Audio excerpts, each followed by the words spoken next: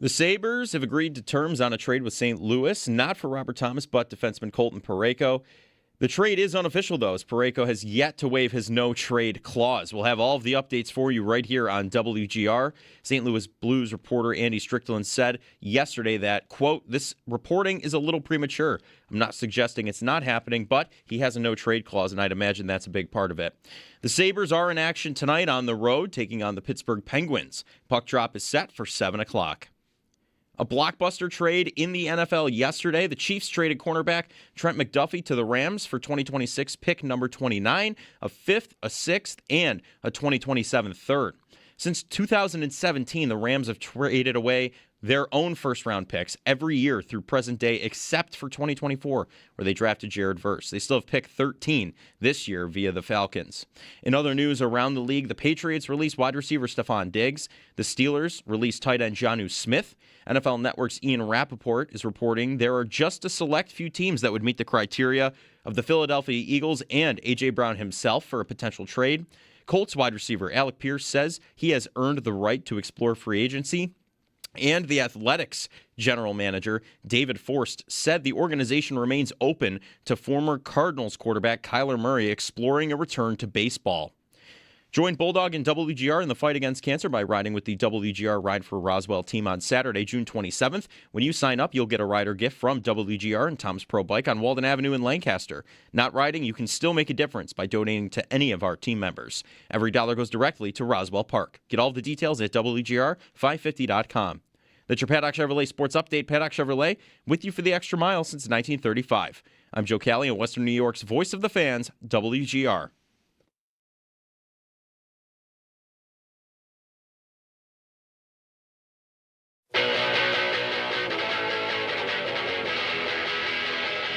If I said your ticket to the Masters is you have to eat an egg salad sandwich while...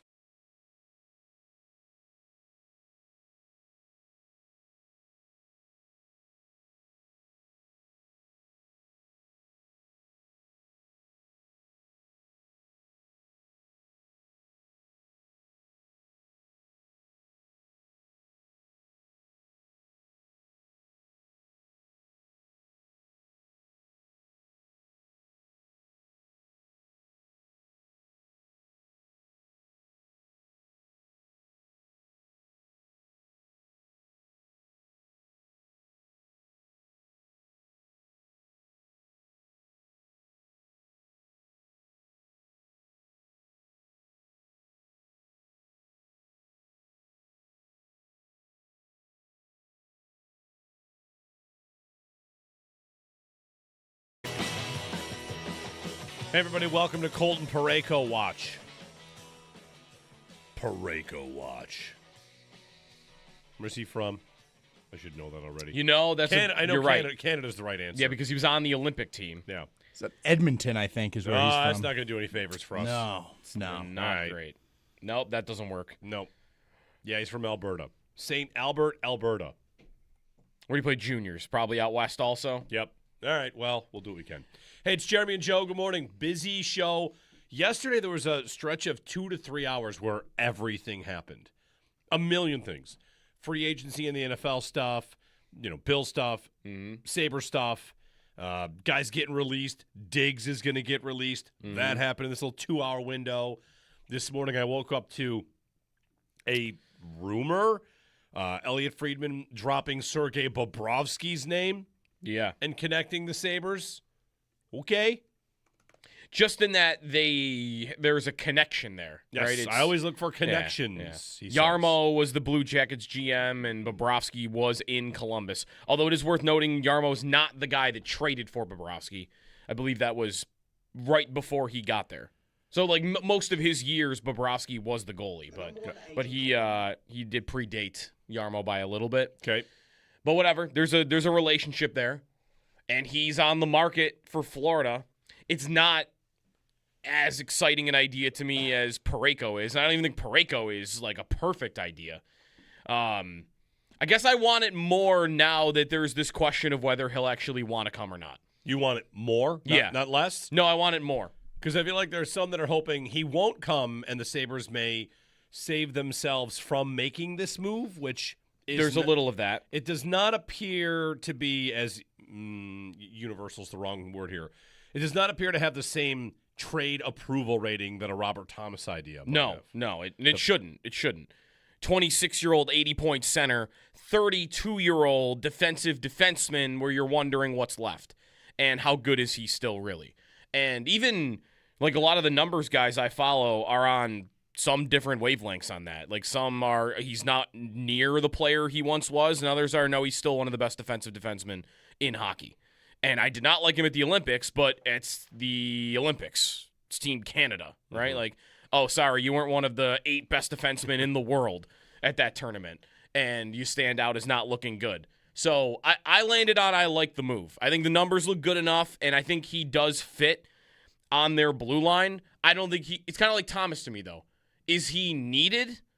Like, is the player of his caliber on the blue line necessary to what they need to do this week? I don't think that's true. But do I want him on their blue line? Like, I think he could reasonably make their blue line from one of the best in hockey to they have the best defense core in the NHL. If he just plugged in, it depends on where they play him too. But I think he's still a good player, and I think he would make them better. I think he would help them win a series against the Canadiens or the Lightning in the playoffs. So I think I should want it to some degree. There are questions about how they would shuffle. Would he be a bottom pair, or would Byram go down to become a bottom pair? Because That'd be my guess. They're going to put him with what? With Power would be the plan. Yeah, Power's been your shutdown guy this year. You put your new defensive defenseman with Power, and Byram goes down to like a 19-minute-a-night guy on your third pair, and yeah, that's they could actually have options now though if they wanted to. This kind of gets to a lot of conversation we've had about the Bills over the years, or at least the comparison that I make. Why would the Sabres want to add a defensive defenseman in their top 4? And the answer, I think, is because it's no longer the regular season where you just win and think you're pretty good. It's match play. Jarmo is thinking, how am I going to beat Tampa, right? Yeah. How am I going to do it? Yeah. What's the best way I've got to beat Tampa, to beat Carolina? And he might think, well, offensively, I'm pretty good. What I need is a shutdown pair, a true top shutdown pair, and that he might envision that as Power and Parayko. So we've got lots. I mean, there could be other deals. They could also swing inside the top 10. Maybe our new life with Jarmo Kekalainen as the GM is to see ultra aggressiveness. That was, in fact, his MO in Columbus. We kind of knew that. Yeah. And, you know, he might really think that the team can go deep this year. And maybe it's Parayko, a first and the 9th overall pick just a year ago. Mm-hmm. Seems like a hefty price until you see, Joe, you had the tweet about all the first-round picks that have been dealt in the last 10 years that were like in the 20s, and who those players turned out to be. There might have been 40 names on the list. Yeah. And I think I'd heard of 2 of them. 2 of them.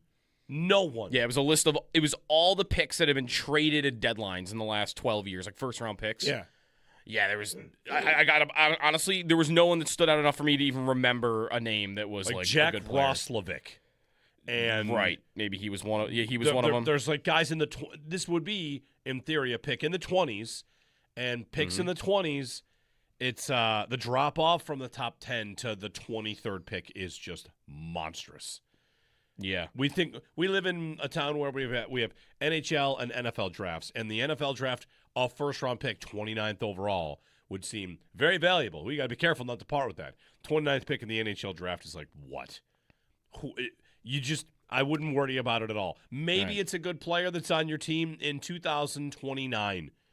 It's just, you know. And by this, it's a low percentage shot that it will be. Yeah. Like, it's not, maybe it's a guy at the bottom of your roster. Like, Yoki Haru is on this list. Yoki Haru. He was a first-round pick that had been traded at the deadline. Like, the pick had been traded. Like, that's the list. It's mostly guys that will maybe make the NHL, but it's going to be the bottom of your roster. Right. Guys that get traded every 3 years. Yeah. Oh, the former first-round pick. What about this guy? How about him? Right. So I'm not worried about the pick. It would be more about you're trading a top 10 pick from last year and a guy that is your number 1 defensive prospect by a lot. You don't have as much of a need for him, I guess, because you're kind of locked in on 3 guys at least, right, that are young and good. And we'll see about Byram. I don't know that they're paying Byram if they have Parayko on a 4-year deal. That's the other thing. We never got to, well, what's the money on Parayko, and are the Blues holding on to any? Because it very quickly just got to, oh, no, wait a minute. Now we need to see if he's waiving his no-trade clause. Yeah. Because I do agree with most that the price being that expensive for him indicates that, oh, the Blues are maybe going to be retaining some money here. So maybe it isn't $6.5 million for 4 more years. Maybe it's 4. Maybe it's 4. And that's a lot more palatable. If he's making a $4 million salary from you for 4 years, you could argue then that you could still pay Byram. That is still a lot of money tied up in 5 defensemen. But you can cross that bridge later. But if it's $6.5 million, that's not happening. You still would have 4 defensemen under contract, though, for a long time. So I'm not against the idea of trading Mertka away. Like, I'm not worried about the price so much. It is just more about how good is this guy really? Like, that is the core question for me about him coming here is he still a really good to great defensive defenseman like he had been for his entire Blues career? Turn the mic on. And how embarrassing is it to the Sabres? I guess part of why I want it more now is because I do think it would be very embarrassing to them if they are in second place and they can't get this guy to waive his no-trade clause for them. I won't get too embarrassing. I think if you want to say it's embarrassing, a lot of people will, and that's totally fine. I had the thought yesterday that just because you can't convince a guy that has signed a long-term contract to uproot his life and move to a city he's never lived in doesn't have to be embarrassing. Meanwhile, in football, the Pittsburgh Steelers every single year wait for Aaron Rodgers to decide if he's going to come for one season. Mm-hmm. Like they hold their franchise hostage for a guy, and yesterday he still is like, I'm not sure. I don't really know. Right. They haven't talked to me. Like, it's not that unusual for teams and players to not match up. And I get it. If he doesn't waive his no trade, it ends up being a sore spot for us because we were told all the time, you can't have players because they have these no trades. So whatever. If he waives it, I guess great. If he doesn't, go hunting elsewhere. It does come across to me as very stupid that you would not ask the player first. But before what? It's being reported? Yes. Yeah. Yes. Before it's being reported.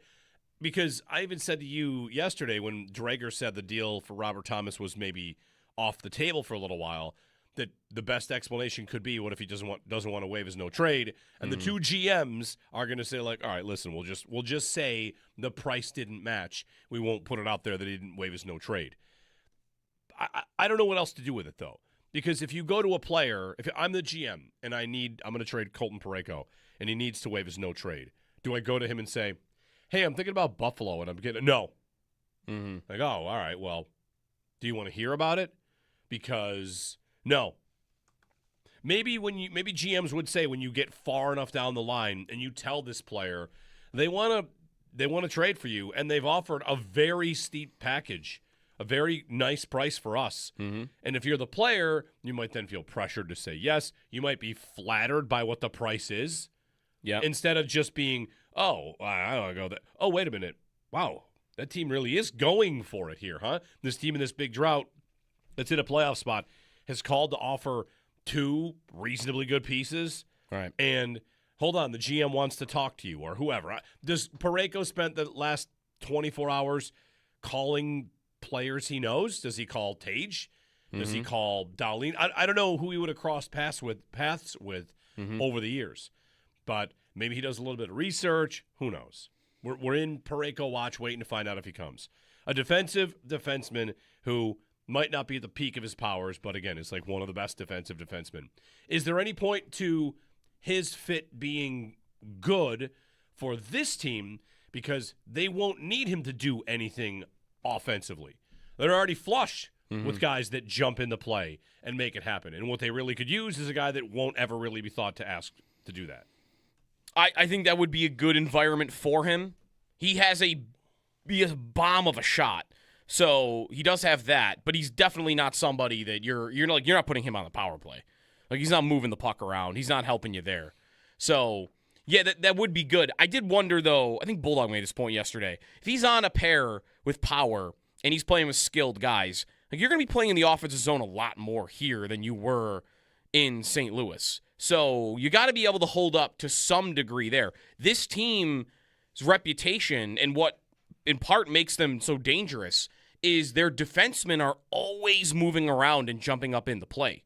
There was a play that I referenced the other night where Tuck was at the point, threw it down low, and it was 2 defensemen down low on an odd man rush with the forwards back. Like, their defensemen move around a lot. And I think if you do sub out Byram for Parayko on a pair like that that's playing 22 minutes a night, you are going to lose some of that. But, again, you're exchanging it for, on this team, when you're playing and shutting down rushes and you're clogging up the neutral zone, he's going to be better for you, I think, than a Bo Byram will be in that department. So I do think it helps. I think that this was true with a lot of the defensemen that were being talked about is, well, this guy's not having a really good year. And, this White Cloud in Calgary or Ristolainen in Philly. And all these guys are on bad teams. Show me a defensive defenseman on a bad team. He's probably getting run over in his own end a lot during the year.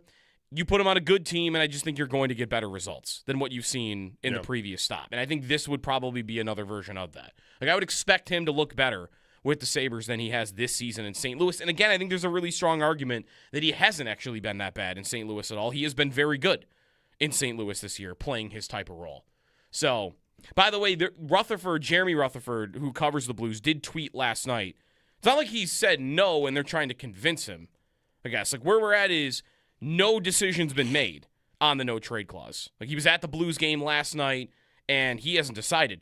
I mean, there's the Sabres part of that, like, oh, I'm wanted by somebody. And it's also, man, the team I've been with for 11 years, like, they're done with me. Like, they really just traded me. Yeah. Like, I want to say no and then come back, and are they mad at me now if I do that because I just stopped them from making a trade that they wanted to make? And now it's, okay, well, now I guess I'm going somewhere else, and where is somewhere else? I say no, and now maybe I don't have the best relationship with my team, and now I've got to go to fill in the blank. Right. I have no idea where my next stop is. Maybe I just say, sure, fine, Buffalo. Right. You can't. They're in the playoffs. You can't unring that bell now that you've been asked, and that's probably why you don't ask players before, because now, he's been asked. 6'6", 230 pounds. Yeah, he was in one of those fights at the Four Nations last year in the first 9 seconds. Who did he fight? He fought JT Miller. Ah, nice. He did not fight one of the Kachucks. So, Sabres have never had a Canadian Olympian. No, they would. Kind of. I mean, he wasn't on the team, I guess, when the Olympics happened. Same year, though. Pretty close. Within a month of the Olympics, they have a Canadian Olympian. 55's available as a number, I think. Shout out Jochen Hecht. Yeah. And Risto. True. Yeah, Risto, too, I guess. So that's there, too. Did Risto wear 2 numbers? Didn't he wear something else? He wore 55 the whole time? Like, did he wear, like, a different one as a rookie? I don't know why. I only remember him wearing 55. Yeah, maybe that's right. Zadorov wore a couple different numbers, but he wasn't here very long. Yeah, I guess I am hoping this happens. Will they fly out to convince him like they did with Robin Regeer 15 years ago when he said no to them? It took him 2 to 3 days to say yes? Yeah. The deadline is tomorrow. What if Parayko just pretends his phone doesn't work until past the deadline? And like, oh, sorry, I forgot. That would be quite a move. I fell asleep. Yeah. I didn't say no. I didn't know this happened. I was going to say yes. Right. He was held out of the lineup. I wonder if there's any concern that he's being held out of the lineup and the Sabres traded for a guy with back spasms because he's missed a couple games with that. That's why he was out yesterday. Yeah. Well, unless they're using that as a reason to say, like, well, I mean, you could just say you're holding him out of the lineup anyway. True. Toronto did that with like 5 guys last night. Just to keep him healthy. Right.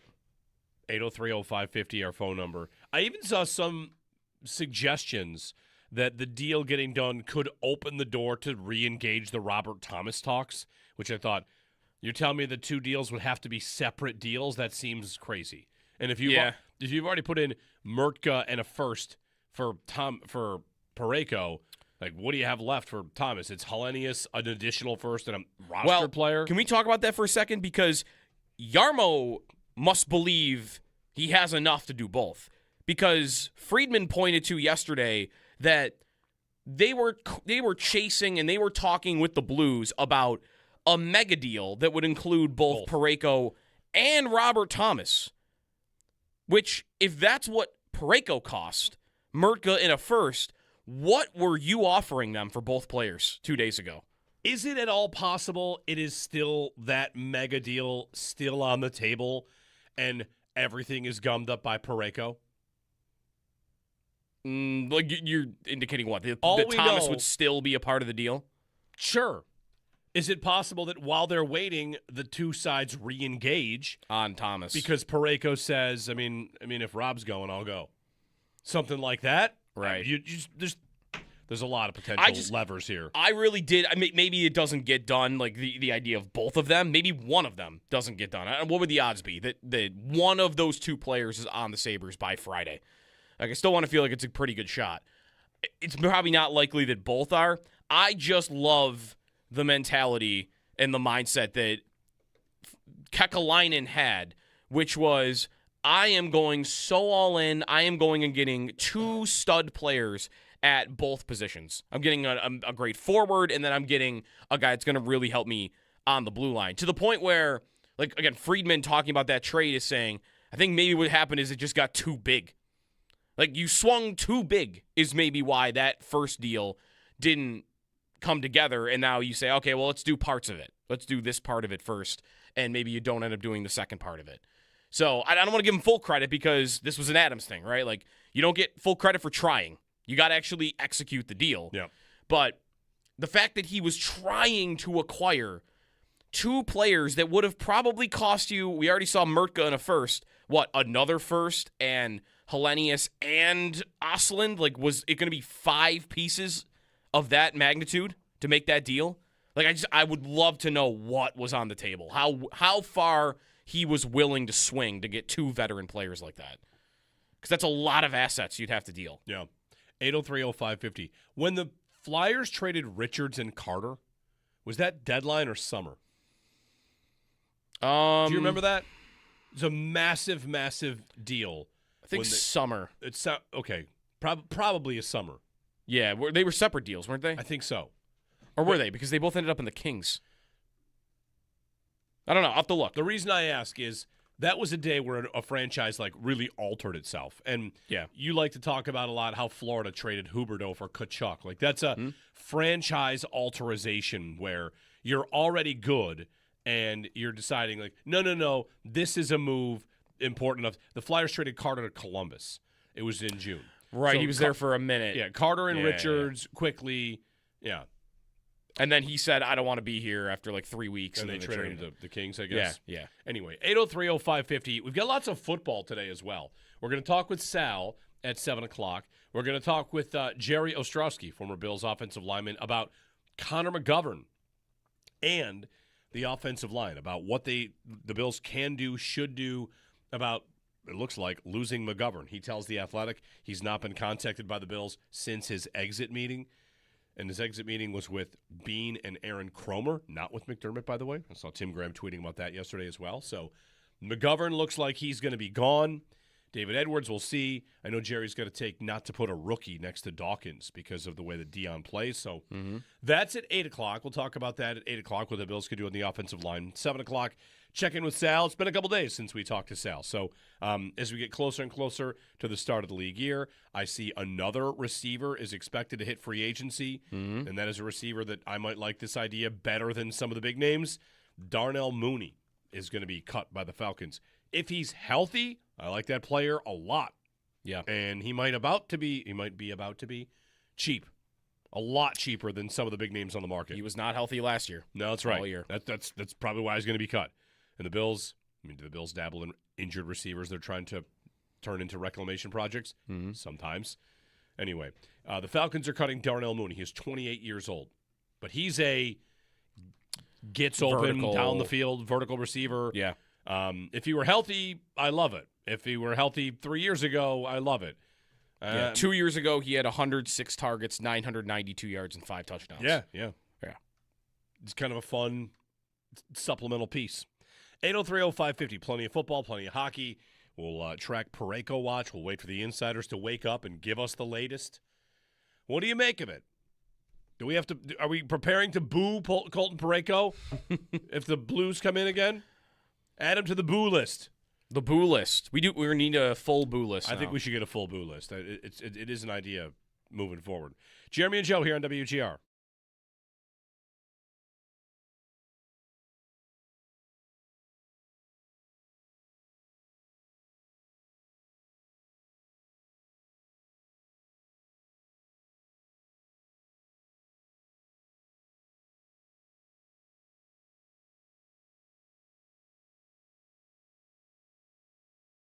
I guess I want it more now that there's this question of whether he'll actually want to come or not. You want it more? Yeah. Not less? No, I want it more. Because I feel like there's some that are hoping he won't come and the Sabres may save themselves from making this move, which is... There's a little of that. It does not appear to be as... universal's the wrong word here. It does not appear to have the same trade approval rating that a Robert Thomas idea might have. No, it shouldn't. It shouldn't. 26-year-old 80-point center, 32-year-old defensive defenseman where you're wondering what's left and how good is he still really. And even like a lot of the numbers guys I follow are on some different wavelengths on that. Like some are he's not near the player he once was, and others are no, he's still one of the best defensive defensemen in hockey. And I did not like him at the Olympics, but it's the Olympics. It's Team Canada, right? Mm-hmm. Like, oh, sorry, you weren't one of the 8 best defensemen in the world at that tournament, and you stand out as not looking good. So I landed on I like the move. I think the numbers look good enough, and I think he does fit on their blue line. I don't think it's kind of like Thomas to me, though. Is he needed? Like, is the player of his caliber on the blue line necessary to what they need to do this week? I don't think that's true. But do I want him on their blue line? Like, I think he could reasonably make their blue line from one of the best in hockey to they have the best defense core in the NHL. If he just plugged in, it depends on where they play him too. But I think he's still a good player, and I think he would make them better. I think he would help them win a series against the Canadiens or the Lightning in the playoffs. So I think I should want it to some degree. There are questions about how they would shuffle. Would he be a bottom pair, or would Byram go down to become a bottom pair? Because they're going to my guess. They're going to put him with what? With Power would be the plan. Yeah, Power's been your shutdown guy this year. You put your new defensive defenseman with Power, and Byram goes down to like a 19-minute-a-night guy on your third pair, and yeah, that's they could actually have options now though if they wanted to.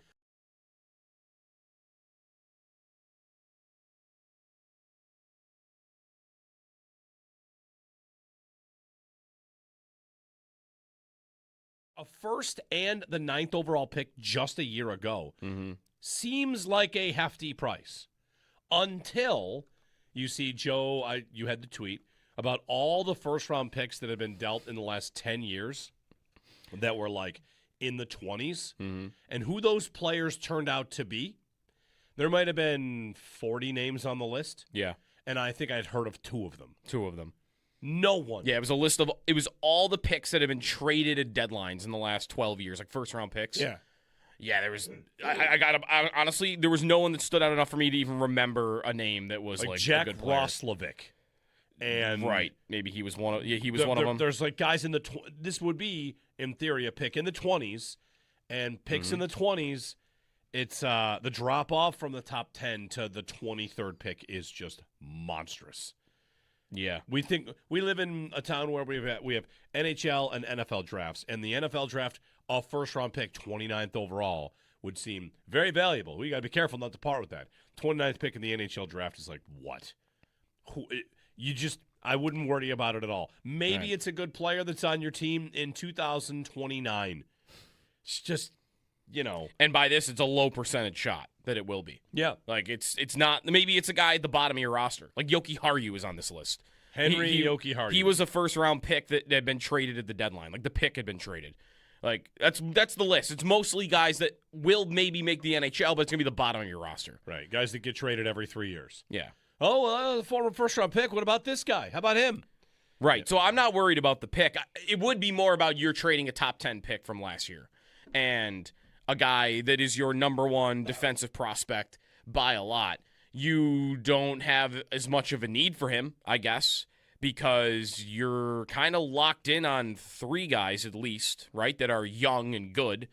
And we'll see about Byram. I don't know that they're paying Byram if they have Parayko on a 4-year deal. That's the other thing. We never got to, well, what's the money on Parayko, and are the Blues holding on to any? Because it very quickly just got to, oh, no, wait a minute. Now we need to see if he's waiving his no-trade clause. Yeah. Because I do agree with most that the price being that expensive for him indicates that, oh, the Blues are maybe going to be retaining some money here. So maybe it isn't $6.5 million for 4 more years. Maybe it's 4. Maybe it's 4. And that's a lot more palatable. If he's making a $4 million salary from you for 4 years, you could argue then that you. The Sabres have agreed to terms on a trade with St. Louis, but defenseman Colton Parayko, it's unofficial, as Parayko has yet to waive his no-trade clause. We'll have all of the updates for you right here on WGR. St. Louis Blues reporter Andy Strickland said yesterday that, quote, this reporting's a little premature, not suggesting it's not happening, but he has a no-trade clause. He'd imagine that's a big part of it. The Sabres are in action tonight on the road, taking on the Pittsburgh Penguins. Puck drop set for 7 o'clock. A blockbuster trade in the NFL yesterday. The Chiefs traded cornerback Trent McDuffie to the Rams for 2026 pick number 29, a 5th, a 6th, and a 2027 3rd. Since 2017, the Rams have traded away their first-round picks every year, their own first-round picks, through present day, except for 2024, where they drafted Jared Verse. They still have pick number 13 this year via the Falcons.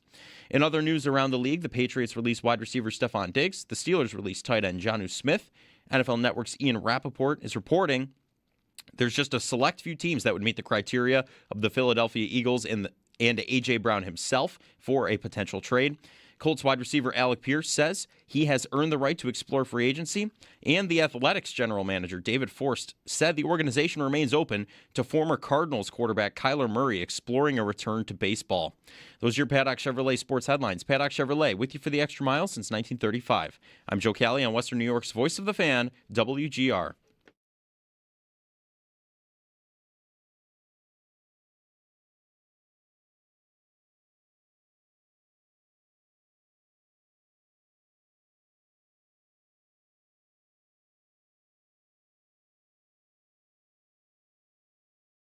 Pops up in the air, knocked down by Edmondson, and now the Blues off to the races. And Colton Parayko. And Parayko knocks it by Girard, and Leclerc shoots, he scores! Unbelievable! Parayko with a one-handed goal in overtime. Oh, thank you, thank you, thank you! Parayko watch. Sabres have a deal in place, it would seem, for a big, physical, defensive defenseman in Colton Parayko, Olympian. Rada Murtka, their first-round pick of this last year, and an additional first. I'd imagine it's going to be lottery protected. We'll find that out as well, because every pick is always lottery protected, right? Yes, I would feel pretty comfortable knowing, though, the Sabres will not be in the lottery. Maybe it's a 2028 lottery protected or 2027. Maybe. I thought about that because if you're the Blues, you might say, like, how about we bet on you not being as good next year? Well, the Sabres might want that anyway because they are hosting the draft this year. True. And do they want to keep their own first-round pick in the year they have the draft? Right. The Blues might if I were the Blues, I would do that. I would say, yeah, I don't know what your goalie's going to be next year. Who's your coach? Yeah, I'll take a bet next year. Take a bet on you next year, like being all it is being worse than you are this year, and there's not really much room to be better than you are this year. And that back and forth three could spots. It could be easy where it's all right, fine, 2027 first, but we want to protect it top 5. How's that? Right? Yeah. You don't want it in the 20s. We don't want you to get it in the 5s. Just an idea, if you want to talk about that. Parayko, by the way, like he is a defensive defenseman. He did score 16 goals last season. So he's Samuelson? He's yeah, right, but he's done the opposite. Like last year was career high in shooting percentage. That won't hold up. This year is career low in shooting percentage. He has 1 goal this season, and maybe you would think it'll somewhere level out in the middle. He scored 10 goals 4 times in his career. Like he could give you some goals. He's just not going to be a guy that moves the puck and carries it up the ice like their other 4 defensemen. We also had a Chiefs-Rams trade yesterday, which, how about that? Les Snead, if you follow the trail of breadcrumbs, Les Snead the day before said, really like that, an all-pro corner. Are there any out there? And then he did. added an all-pro did. corner Mm-hmm. the next day. The 29th pick. Now, the Rams do have the 13th pick. They already have an additional first. So now instead of the Rams having 2 firsts, the Chiefs have 2 firsts. Mm-hmm. Trent McDuffie traded to the Rams for a first, a fifth, a sixth, and a future third, which it always happens this way where you throw 4 pieces in a deal and people will say, that's a haul. Mm-hmm. A fifth and a sixth? Like, what could a fifth and a sixth get you? It doesn't even rent you Rashid Shaheed at the deadline. That was a third, No. a fourth, and a fifth. Or like, it's fine. It's a first. It's a late first and some other picks. And here are the Rams, again, being the team that trades a first-round pick for a proven player in a window where they're going to win. They've been doing it for years. Right. They have made 1 first-round pick in the last 10 years, going back to Jared Goff, and that 1 first-round pick is Jared Verse. So they're 1 for 1. They're about to make a second In the one first round. if they stay at 13 this year. Right. Or maybe they try to get somebody to trade up and add more pieces, but I think it's a good trade for the Rams. Probably a good trade for the Chiefs. Well, the Chiefs are going to add 2 first-round picks this year. So they're out of their, I think they're maybe exiting the period of time here where maybe they didn't have a first-round pick, but they had a gazillion other picks. yeah. And it was trade down, stockpile, because they were starting to get really thin, right? Bean, there's a quote in a screenshot that you'll see floating around of Bean saying, well, I don't want to have a Rams-like collapse. Their collapse was all those guys they went out and got, Von Miller, Beckham, Aaron Donald retired. He'd already been there. Jalen Ramsey, all the players they had gone out and invested in that were veterans were aging out, and they had 1 bad year. And Stafford got hurt. And Stafford got hurt along the way, which is forgotten about that. He played in 9 games. They went 3 Right. and 6 in the games he played, but 2 of those games one he left early and one he tried to play and just couldn't. Right. So they exit that year. They do all the pick stuff. They have 1 million picks to spend on. They nail them, right? Like there's Byron Young in the 3rd. There's Puka, of course, in the 5th. Like I don't need to go through the Kobe Turner. They nailed a bunch of picks. And now they're exiting out of that, and they're thinking, okay, we can go for it again. Mm-hmm. Let's go for it again. Let's start trading our picks. We've got a good young base around our quarterback. Let's now go for the finishing pieces, which they haven't really done as much as they used to for 3-4 years, which makes them right again as one of the best teams, one of the top contenders every single year, like top 2, top 3. From 2022, from 2022 to 2024, Yeah. the number of 5th, 6th, and 7th round picks they took is out of control. Oh, they had. If you think the draft is Yeah. really Yeah. a crapshoot, then you probably think it's mostly a crapshoot in the 5th, 6th, and 7th. That's where Puka got picked. In 2022, they had a 5th, a 6th, a 6th, and 3 7ths. 2023 is the Puka year. Yeah. That's 4 5ths, 3 6ths, 3 7ths. Mm-hmm. The following year, a 5th, 4 6ths, and a 7th. Right. Now, that's not a great spot to be picking because, it might be penny slots or whatever. Penny stocks, I should say.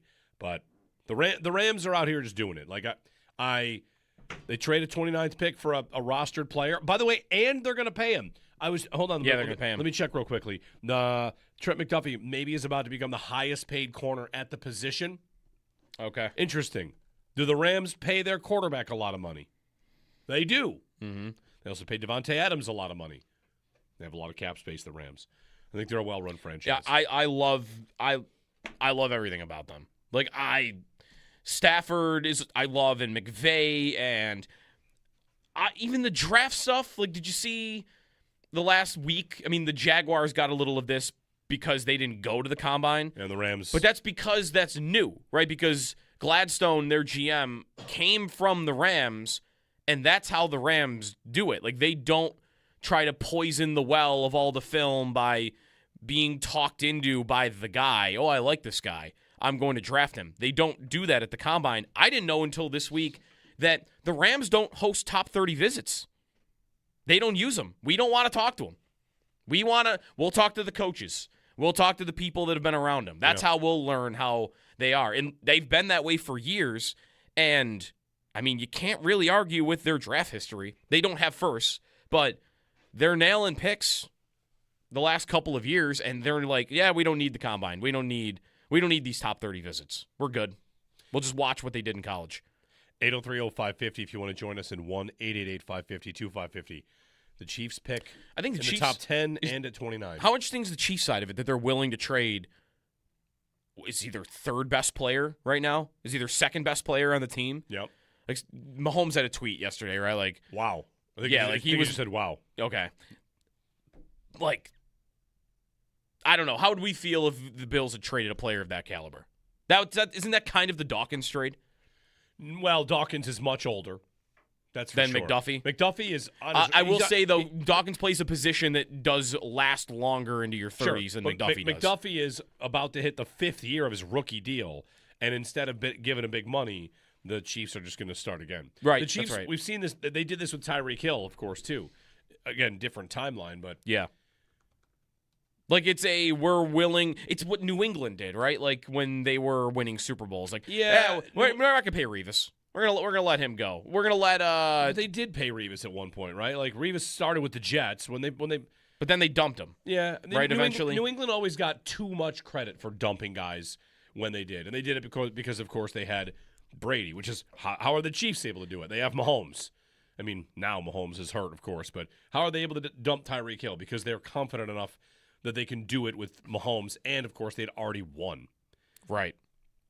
So anyway, 803-0550, the phone number. Let's get to Justin in East Aurora. Justin, good morning.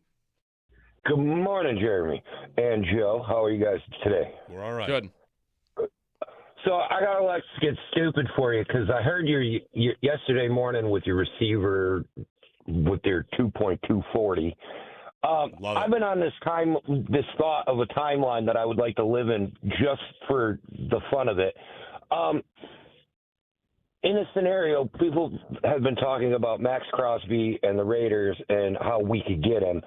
And I think there's a way, and it's a very, very highly unlikely way, and it's trading Josh Allen for the number 1 pick, Max Crosby, and whatever else. And I think that would be interesting for the Bills to get younger, keep their window open. I mean, Allen's amazing, but he's now 30. And he struggled with a few injuries at the end of the year that he played through. So you could get younger, get Mendoza cheaper at the quarterback, and then also you get Max Crosby on your defense.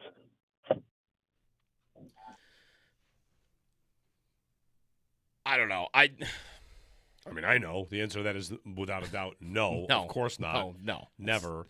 I think it's among the worst ideas I've ever heard. Respectfully. Yeah. Right? I think it's among the worst Yeah, ideas I've ever heard. It's horrible. In terms of, like, roster improvement from a football standpoint. I don't need Max Crosby. I'm doing it for Max Crosby? No thanks. No. 1,000 times no. But he did preface it by saying, let's get stupid. This is a let's get stupid. That's right. Stupid. When you cloud it under let's get stupid, anything goes. Anything goes. All right. 803-0550 is our phone number. Now, you should have tried to sell me. You get number 1, and you also get up there, and you get, like, Carnell Tate. I still would say no. You still would say no? Yes, of course.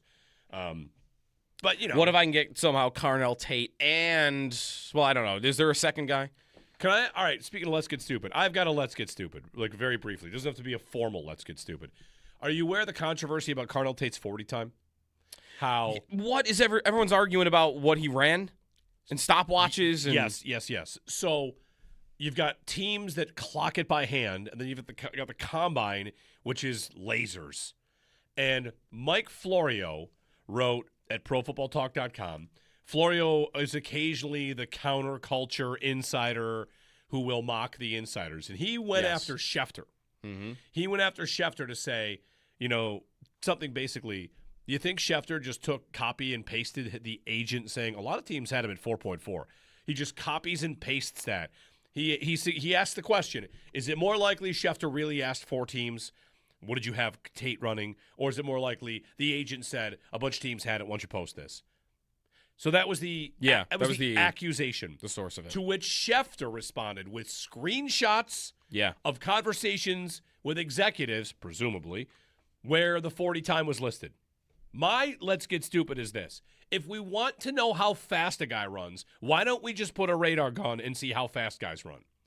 Because the 40 is not about who runs the fastest. Mm-hmm. It's about whose technique at running 40 yards combined with speed is the best. Yeah. There are people that will show you how a bad start will cost you a tenth of a second. Now I'm not a 4.54. I'm a 4.64 because I've got bad technique. Why are they running 40 yards? Also, the value on the first 10 yards and the last 10 yards is very different. The first 10 yards will indicate if I'm a wide receiver, how quickly am I getting off the line. If I'm a defensive back, the middle 10 yards might be the most important because I've got to show that I can make up speed on a receiver that doesn't build speed. This idea of a universal 40 yards is already kind of antiquated. So that's why why don't we just zap him with a radar gun, be like 22. That's why I was going to say I don't love the radar gun without anything else, because that's how Keon Coleman got talked about as, oh, no, he's actually fast. Well, he ran because the of gauntlet drill. miles per hour and the gauntlet drill, right? True. We should point out No, like, right, what I care about the the most- gauntlet drill, key in the gauntlet drill is you're not getting covered because Fair. To run 21 miles Right. an hour is great. Have you shaken the guy that's covering you to then run fast? Because if you haven't shaken him, I would like to see a 40-yard dash where you are being covered. There you go. How quickly can you get to the 40 yards while someone is on you? that sounds like an American Gladiators kind of event, right? Like Yeah. or Pro Bowl games. Press coverage. Who can The press coverage 40. The press 40. or the gunner drill. The gunner drill. We got two guys here. First one to get to the flag 40 yards away is the best gunner on this team. Yeah. Anyway, that's the controversy going on with Carnell Tate's 40 time. You probably shouldn't worry about Carnell Tate's 40 time. There's endless evidence of him running past guys on the field and then catching long touchdowns. Am I prepared mentally for the Chiefs to take Carnell Tate ninth? Yeah, I'm ready for that. I prepared myself. 803-0550, Jeremy and Joe. Sal checks in. Been a couple days. We'll get his thoughts on Connor McGovern. Some other Bills stuff to come as well. I'm waiting desperately with the Curtis Samuel has been informed he'll be released at the start of the league year. Anytime now. Go ahead and give me that. Jeremy and Joe on WGR.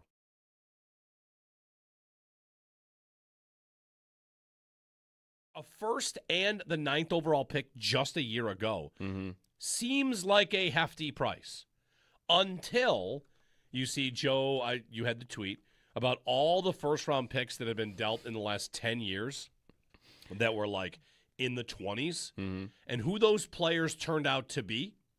There might have been 40 names on the list. Yeah.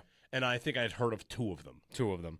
No one. Yeah, it was a list of – it was all the picks that have been traded at deadlines in the last 12 years, like first-round picks. Yeah. Yeah, there was – honestly, there was no one that stood out enough for me to even remember a name that was like Jack a good player. Roslovic. Hey, And- Sneaky Joe right, DiBiase maybe he was here. one of- Talk a he lot was one about of them. There's, sports, like, guys but in the today we'll talk a little this bit would about – be, in theory, a pick in the 20s, and picks in the 20s, it's the drop-off from the top 10 to the 23rd pick is just monstrous. Yeah. We live in a town where we have NHL and NFL drafts, and the NFL draft, a first-round pick, 29th overall, would seem very valuable. We got to be careful not to part with that. 29th pick in the NHL draft is like, what? I wouldn't worry about it at all. Maybe it's a good player that's on your team in 2029. It's just, And by this, it's a low percentage shot that it will be. Yeah. Like, it's not – maybe it's a guy at the bottom of your roster. Like, Yoki Haru is on this list. Henry Yoki Haru. He was a first-round pick that had been traded at the deadline. Like, the pick had been traded. Like, that's the list. It's mostly guys that will maybe make the NHL, but it's going to be the bottom of your roster. Right, guys that get traded every 3 years. Yeah. Oh, the former first-round pick. What about this guy? How about him? Right. So I'm not worried about the pick. It would be more about you're trading a top 10 pick from last year and a guy that is your number one defensive prospect by a lot. You don't have as much of a need for him, I guess, because you're kind of locked in on 3 guys at least, right, that are young and good.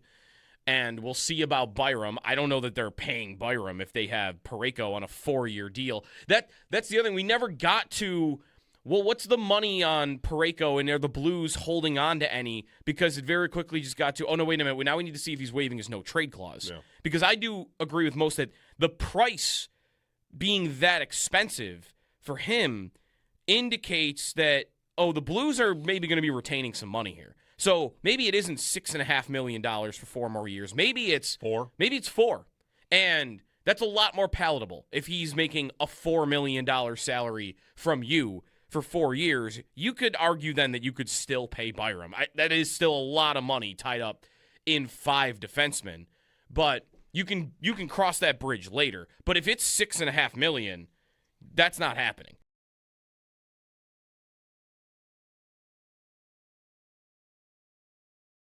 I guess I want it more now that there's this question of whether he'll actually want to come or not. You want it more? Yeah. Not less? No, I want it more. Because I feel like there's some that are hoping he won't come and the Sabres may save themselves from making this move, which is... There's a little of that. It does not appear to be as... universal's the wrong word here. It does not appear to have the same trade approval rating that a Robert Thomas idea might have. No, it shouldn't. It shouldn't.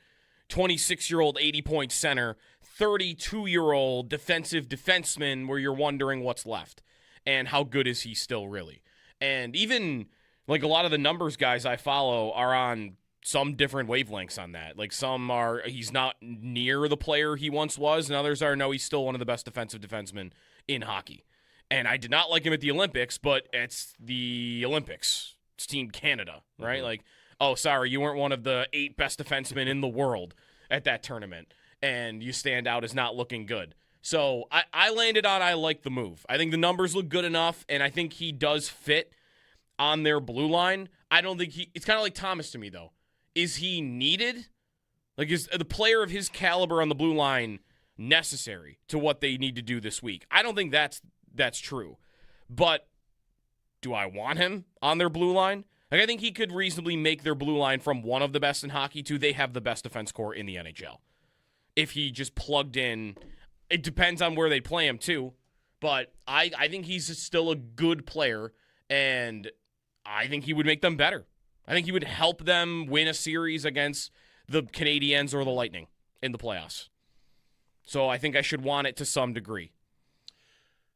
There are questions about how they would shuffle. Would he be a bottom pair, or would Byram go down to become a bottom pair? Because they're going to my guess. They're going to put him with what? With Power would be the plan. Yeah, Power's been your shutdown guy this year. You put your new defensive defenseman with Power, and Byram goes down to like a 19-minute-a-night guy on your third pair, and yeah, that's they could actually have options now though if they wanted to.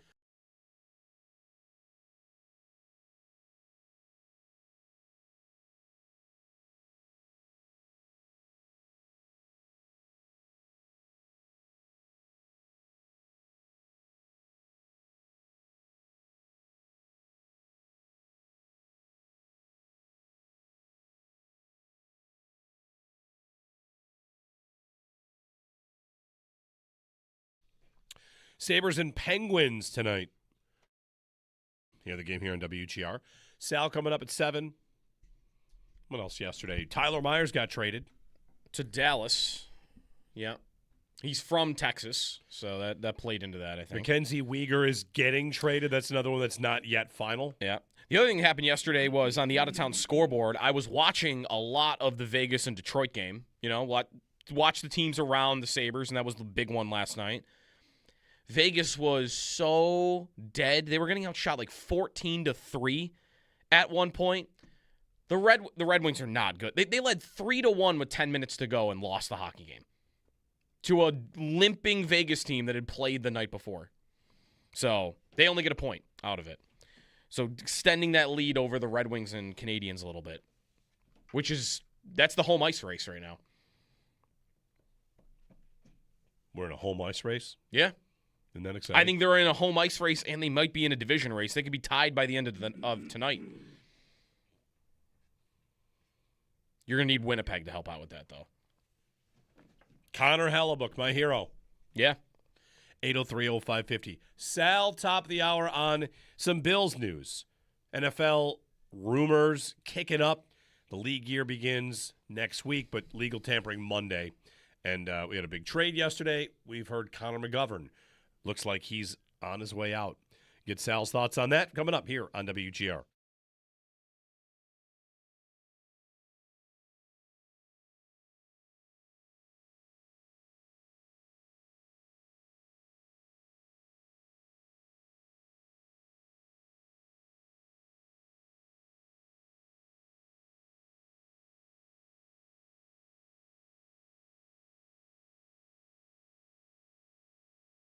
I guess I want it more now that there's this question of whether he'll actually want to come or not. You want it more? Yeah. Not less? No, I want it more. Because I feel like there's some that are hoping he won't come and the Sabres may save themselves from making this move, which is There's a little of that. It does not appear to be as universal's the wrong word here. It does not appear to have the same trade approval rating that a Robert Thomas idea might have. No, it shouldn't. It shouldn't. 26-year-old 80-point center, 32-year-old defensive defenseman where you're wondering what's left and how good is he still really.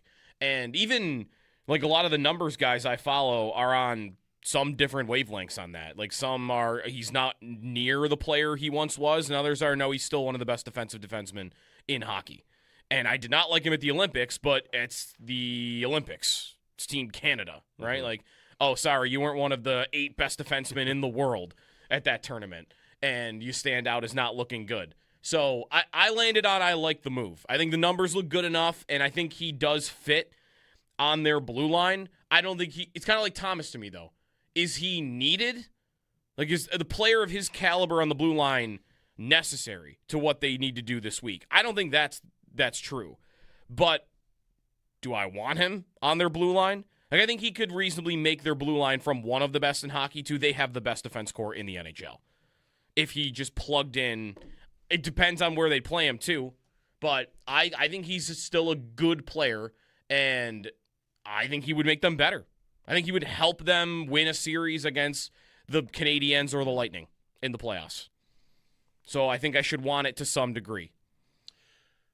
There are questions about how they would shuffle. Would he be a bottom pair, or would Byram go down to become a bottom pair? Because they're That'd going be to my guess. They're going to put him with what? With Power would be the plan. Yeah, Power's been your shutdown guy this year. You put your new defensive defenseman with Power, and Byram goes down to like a 19-minute-a-night guy on your third pair, and yeah, that's they could actually have options now though if they wanted to.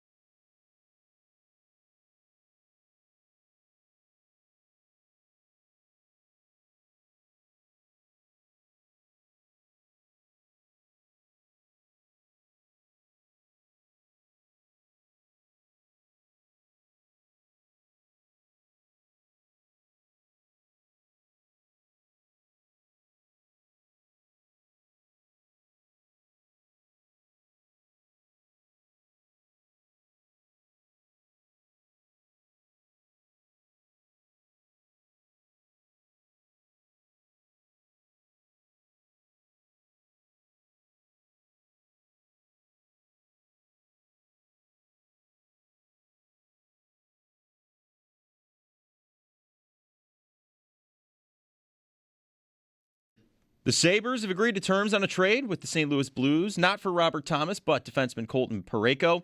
The trade is unofficial, though, as Parayko has yet to waive his no-trade clause. We'll have all of the updates for you right here on WGR on Parayko Watch. St. Louis Blues reporter Andy Strickland said yesterday that, quote, this reporting is a little premature. I'm not suggesting it's not happening, but he has a no-trade clause, and I'd imagine that's a big part of it.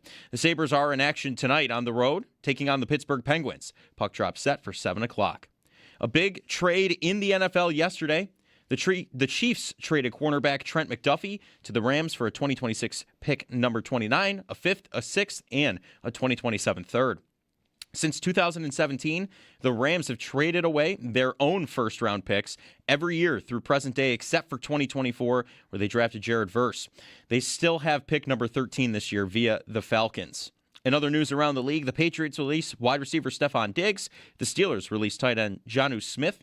NFL Network's Ian Rappaport reports there's just a select few teams that would meet the criteria of the Philadelphia Eagles and of A.J. Brown himself for a potential trade. Colts wide receiver Alec Pierce said he has earned the right to explore free agency, and Athletics general manager David Forst said the organization remains open to former Cardinals quarterback Kyler Murray exploring a return to baseball. Buckling up takes less time than listening to this. No excuses. A message from the New York State Governor's Traffic Safety Committee. That's your Paddock Chevrolet Sports Update. Paddock Chevrolet, with you for the extra mile since 1935. I'm Joe Cali on Western New York's Voice of the Fans, WGR.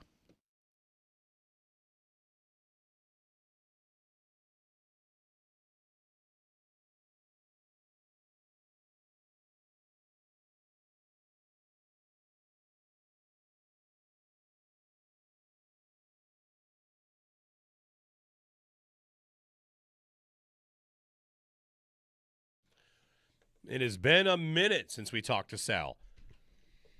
League year opens in less than a week.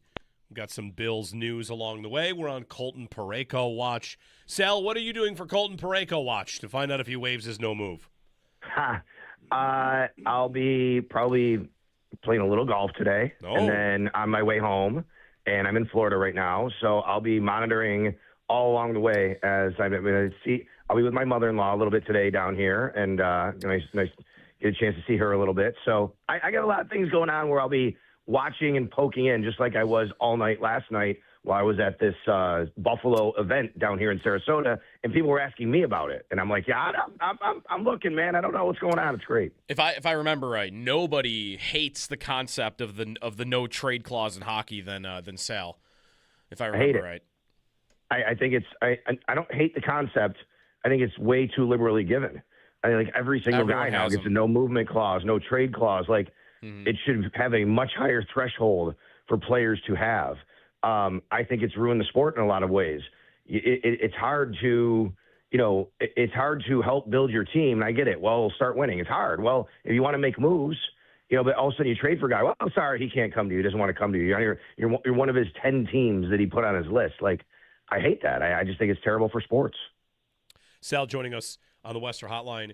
Again, the Sabres appear to have agreed to a deal with the Blues on Colton Parayko. He's not yet waived his no move, and if we get any more information on that throughout the morning, we will pass that along. Sal, we found out yesterday, also Tim Graham of the Athletic reporting that Connor McGovern has not heard from the Bills, and maybe hitting the open market is something that they think he has earned the right to do. I don't know if we would have expected the Bills to reach out to McGovern in the meantime with any sort of check-in with us, but he thinks this means it's over for him, which maybe that does not come as a surprise. We're kind of prepped. I feel like we've been prepped to see the center market go nuts, and he's number 2 on the pecking order in terms of who's going to get paid. Yeah, and listen, it's not a surprise, and it hasn't been a surprise that the Bills most likely would have to move on. I think it's been kind of almost a fait accompli for him and David Edwards, given their price tags and given the fact the Bills have backups that I think they at least have felt that they're ready. And, hey, this is why you draft and why you develop. And, Cedric Van Granger at center for Connor McGovern specifically, Alec Anderson at guard, who they already, re-signed with David Edwards. They could go out there and they could still, sign somebody who's a little bit, between that, right? Like a little bit more expensive and more experienced, but not making as much money. But those guys blocking for the league's leading rusher And the Buffalo Bills offense that, has scored as much as they have in the last few years and starting, and they've earned themselves a lot of money. And I think it's always been the case that the Bills were going to have to move on. The fact that, Tim reported that Connor McGovern hasn't even heard from the Bills, it just goes to show, I guess, that they've kind of made that decision already now. Doesn't mean they can't call him up today or tomorrow. March 9th is when they can start talking to other free agents if they have any idea to, bring in any experience they want. Maybe it doesn't go their way. I know Connor McGovern loves Buffalo and he loves being here. But it just feels like the team has made their decision at this point. It doesn't mean they can't revisit that decision. But you're probably looking at a new center, I'm guessing, as we sit here right now, that's Cedric Van Pran-Granger, but it doesn't have to be. If, Sal, they both walk out the door, McGovern and Edwards, and maybe that's even the most likely scenario at this point, what would you think is more likely for them to add around Alec Anderson and Van Pran-Granger? Would you think they would go young with rookies, or would they be looking in more of the bargain bin veteran free agent aisle? I think you're probably looking at some veterans, some guys that have some skin on the wall, have some experience. I mean, you guys remember when David Edwards was signed? He wasn't even a starter when he was signed. David Edwards came in as he was a sixth offensive lineman, right, for a year, basically. And the Bills, they have two guys, like I said, and multiple guys actually now that they've drafted who they feel that can start stepping up. And there's always an unknown with that, right? There's always an unknown. What are you going to get from Cedric Van Pran-Granger? What are you going to get from Alec Anderson? And if you don't have them play to the level you think they will consistently as a starter, I don't know how you can turn right to a young guy. Now, that said, where's the money come to get, a veteran? It's got to be somebody who might at least, not cost that much. So you're not talking about a high-level type of starter. Let's remember, Ryan Vandermark is still, a restricted free agent. We haven't heard anything on him. Guys, to retain Ryan Vandermark's rights, the Bills are going to have to pay him over $3 million for a year. And I just don't know if they're willing to do that. So maybe you work out a deal where you can keep him for less money than that, or else you're going to have to, or else he's going to become a free agent. Maybe he winds up re-signing. That's number one. You did draft Chase Lunt last year. Chase Lunt could be a guard, he'd be a tackle. He's got some flexibility.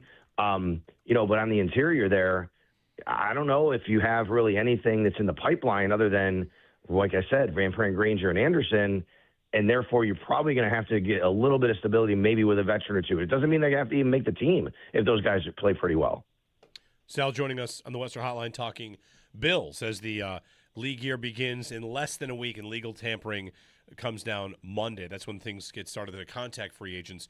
We're also kind of waiting for some releases, whether it's a surprise cut. Sal, do you think there's any sort of surprise cut candidate?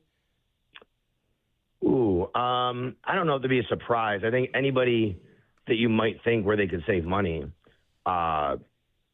if that wouldn't surprise anybody, I don't think Curtis Samuel would surprise anybody. Right. Taylor Rapp won't be a surprise, I don't think. Yeah, I don't think Taylor Rapp would surprise. I guess to a lot of people, maybe a Dawson Knox cut might be a surprise, but it's probably not considering the money. I've always felt that the best solution there would be a restructure. Maybe even extension. It sounds weird, but then you can spread the money out a little bit. But, I don't – so if he was released, would that really be a total surprise? I'm not really sure. Okay, I don't think they'll release this guy, but, you could say over $3 million by releasing Dorian Williams. That's a question of, do you think he's a guy that you can rely on to be, a starter, or do you want to pay him that money to be a special teams guy, go out and sign a linebacker, or, what is his role? So I'm not predicting they're going to, but that's a guy where you look at go, what about Tyler Bass? You can say, well, we're too many. He's coming off the injury. But I think the indication, that we've gotten from Tyler, from the Bills, that they feel that he's ready to go. He'll be ready to go. He'll be healthy. But, when you start to need money because you want to do things, you have to start thinking about these things. I thought about Williams, too, just because it's $3.9 million if he's here, and it's only $200,000 if you cut him. But I think most of the sentiment has been that he would actually even fit better in this type of defense. So maybe that doesn't work. Is Dwayne Carter maybe a surprise? Would that be a surprise, or would that be maybe reasonable? I don't think that'd be as stunning to me. I mean, they have to figure out, Joe, what they want to do on the defensive line with some of these guys who, you might think, well, is it redundancy here? Do you have truly what you need to fit in Jim Leonard's defense? Where does Dwayne Carter play with Deion Walker having the year he had, with TJ Sanders, having a nice, back end of his rookie year. You obviously have Ed Oliver. Now he is coming off the injury. Don't know exactly where that is right now, but would that be stunning to me? It would not be. That's actually it's a good name to kind of think about if he would be somebody they'd think about there. We're also starting the process of top 30 visits for the Bills. So I saw Ryan Talbot reporting yesterday, according to the Instagram of Chris Bell, Louisville wide receiver Chris Bell. He shared on his Instagram story he's in for a pre-draft visit. He's a player that had a torn ACL last season, and I wonder if we've got any history, you might know this better than anyone, of the Bills drafting a player off an injury knowing it might take a little bit more time. Because, of course, the draft is if you're hurt at the wrong time, if you're a first-round pick, you might be a fourth-round pick because teams are, reluctant to do that. So have you noticed, or do you think the Bills have any sort of idea on drafting players that got injured late in the year? I mean, the first one that comes to mind is way long ago, but it's Willis McGahee, right? You're right, yeah. And he misses a whole year. And the Bills just felt, hey, we're going to wait a year on that. I just don't think the Bills have the luxury of waiting a year on anybody. I'm not saying he would be a year. Yeah.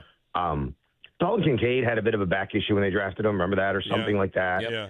They had to think about Deion Walker last year, but Deion Walker was, surprising. I remember last year when they said that the reason he didn't have the year, his final year in college, was that they thought he would is because they discovered the back injury an issue. People were like, oh, my God, I can't believe it. And then he actually wound up, I think, even being ready for the start of training camp. I mean, we can go back to Shaq Lawson. Remember when he was drafted, and then we found out that he was going to, miss some time or needed surgery or something. I don't know. There was a lot of stuff going on. But, no, I just don't think the Bills are in a position to have to wait too long. That's the question, though, guys. The question is how long are you waiting on these guys? How long would you have to wait for someone like that? Especially that position, Jeremy, given what this team has gone through at that position, what they're thinking about, and what I think they need, you have to have time on task there, right? So if he's not going to be ready for a full, off-season, OTAs, training camp, how are you getting him up to speed versus Max Harrison, who missed time, was in the same situation, but he got hurt at corner. Now, yeah, I understand that corner you still have to have, get the reps, but I just think receivers are a bit of a different animal when you're talking about getting on the same page with Josh Allen. Sal Capaccio with us. Sal, do you have a favorite free agent idea that you've seen? A favorite free agent idea? I think Leo Chanel is my favorite free agent idea. I don't think he'll be a bank breaker, but I think he's kind of he's perfect for Jim Leonard, and Leonard coached him at Wisconsin. He's good with the Chiefs. So I think that's probably my favorite free agent idea because we could throw around these names. Sure, I like Alec Pierce. I mean, what are we talking about for the money there? Like, I want value too. And look, I'm just like you guys. I mean, I think this team needs to take – my philosophy on wide receiver is go take the biggest swing possible. I don't care how it is. I think, if there might be somebody out there we're not even talking about that we have no idea that if Brandon Beane calls up that they'd be willing to trade, whatever team. Just go make the call. I don't care. Make a call on Justin Jefferson. Make a call on Jamar Chase. I'm not kidding. I just think you have to do that.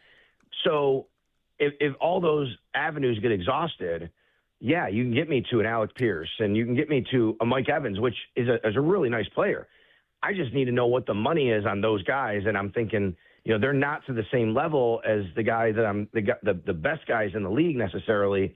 So I think for your question, Joe, I get to how would I maximize myself and still get a good player? And I like Leo Chanel. I think PJ Locke would be a good fit. Safety from Denver, and of course played for Jim Leonard, right? I mean, that's a guy. There's a few of those Denver guys that could fit in. John Franklin Myers. Actually, that's a really nice player to think about to fit in this Bills defense. So I just think those connections to Jim Leonard, that I think that way when it comes to these favorite free agents. Yeah, I'm glad you brought up Evans because he's the guy I'm thinking a lot about for next week. You've talked to TJ Reeves, obviously, a bunch throughout the years, and I feel like I always remember him saying, that guy is going to retire. I'll believe it when I see it, that he's not going to be playing for the Buccaneers. And now the wind is starting to blow towards that that relationship might actually end here. Unless, I don't know, do you see that as being real? I know you talk to TJ a lot. Or is this, he's trying to get Tampa maybe to give him a little bit more money? It's funny. TJ's always said that, and so has John Ledyard. And John covers the Bucks too, as you guys know. He's down in Tampa, and I spoke with him at the Combine, and he said the exact same thing that TJ's always said, which is, I'll believe it when I see it. Like, that guy's been a Buccaneer, and he even said he predicted he'll stay in Tampa. I interviewed John at the Combine, and he predicted he'd stay in Tampa for this very reason. Like, I don't know, I just can't see him leaving. But John, I think for the first time, kept that door open as well. Haven't asked TJ specifically about him, but no, good idea there. And I'm guessing TJ would probably say the same thing, which is, man, I can't see him leaving, but it just feels like this could actually happen. And the reason is they have some young, good wide receivers too, and Godwin obviously with the injury last year, but it does feel like it could be blowing that way. I just look at it and say, man, Mike Evans, he's been in this league a long time. He's been with one organization. He's been playing down in Florida with the Tampa Bay Buccaneers. Like, yeah, you really got to make a hard decision in life to say, I'm going to suddenly pack my bags, go play for the Buffalo Bills. Yes, Josh Allen, and they're contenders. There's no doubt about it. But I don't think it's as easy as people think for guys like that who, been with one organization, especially, playing in a city like Tampa and enjoying the weather year round and things like that, and say, okay, you know what? It's time for me to do that at the end of my career. Sal Capaccio joining us on the Western Hotline. Sal, we've seen trade prices out there, and whether it's A.J. Brown, which I saw is the reported price, a first and a second, it is generally that time of year. I don't really take these trade asks to be all that serious because teams are kind of, setting an anchor on one end of the negotiations. But do you feel like the Bills are going to trade a good asset? If I were to say to you, yes, no, the Bills trade their first or second round pick from this or next year's draft, do you think they will ultimately spend that in trying to acquire a player this offseason? I think the best way I'd answer that, Jeremy, is I think they're very willing to do it if it's the right player. I just think making things like that work are very tough sometimes. Look what the Sabres we just went through here the last 24, 48 hours with everything going on. And obviously it could wind up, being a first anyway. But, I just think it's very, very tough to make both sides work sometimes, especially when you consider the whole package that you hear about, like A.J. Brown and what the Eagles want. And it just sounds too much. Like, maybe they're willing to give up first, but not plus, right? But I do think they're willing to give up high picks if they have the right guy in mind. If there's a guy that they really believe can help this team and come in right now, I think Brandon Beane is of the mind to be aggressive this year. I really do. There was a lot made. I don't know if I talked to you guys about, the year one comments from Joe Brady, but I know Show the Bulldog talked about it a lot. When Joe Brady talked to the Combine and he kept saying year one a couple of times, that kind of raised some eyebrows. Like, what do you mean year one? You guys are not rebuilding. You sound like you're on this, multi-year plan. And it's not really what he meant. We actually talked with Joe about it afterwards off to the side from the media, like, hey, in year one, it's getting some playing. He's like, look, it's not what he's trying to say. It's year one of him. It's year one of some change that people, haven't been used to in a while here. I think, like, the Bills and Joe Brady and Brandon Beane are in the mind of, no. Like, they didn't make this move away from Sean McDermott to Joe Brady to be stagnant or go backward. And I think because of the backlash that happened initially from the move, I think to me that might even embolden Brandon Beane even more, guys, to say, like, I'm going to show, like, why we did this. Like, we have to do this because this is about getting to the Super Bowl. How do you do that? You got to make moves to get your team better. And that might mean parting with a first-round pick. And they really haven't. Like, this was part of, like, Beane said at the Combine, I think maybe with McAfee, that, like, he has to stop himself from being aggressive sometimes. They've not really made a move like that I would describe in that way, Sal, since Vaughn. That's right. Yeah, because, Joey Bosa wouldn't be that, right? You know what I mean? Right. Yeah, I think about the trade for Stephon Diggs, right? And then suddenly, we're sitting at, it was March 6th. I looked up the other day. It was March 16th, 2020. I think it was it Mike Garafolo who had it first? No, it was, or Glazer. One of them said something like, bam, it was Beane After Dark, right? Bam, there's a trade and the idea. And that was like kind of a, oh my God, I can't believe it. Like, they're doing this. And why do they do it? Beane had basically said at every turn, anytime he'd say to people, I got to get Josh Allen a number one wide receiver.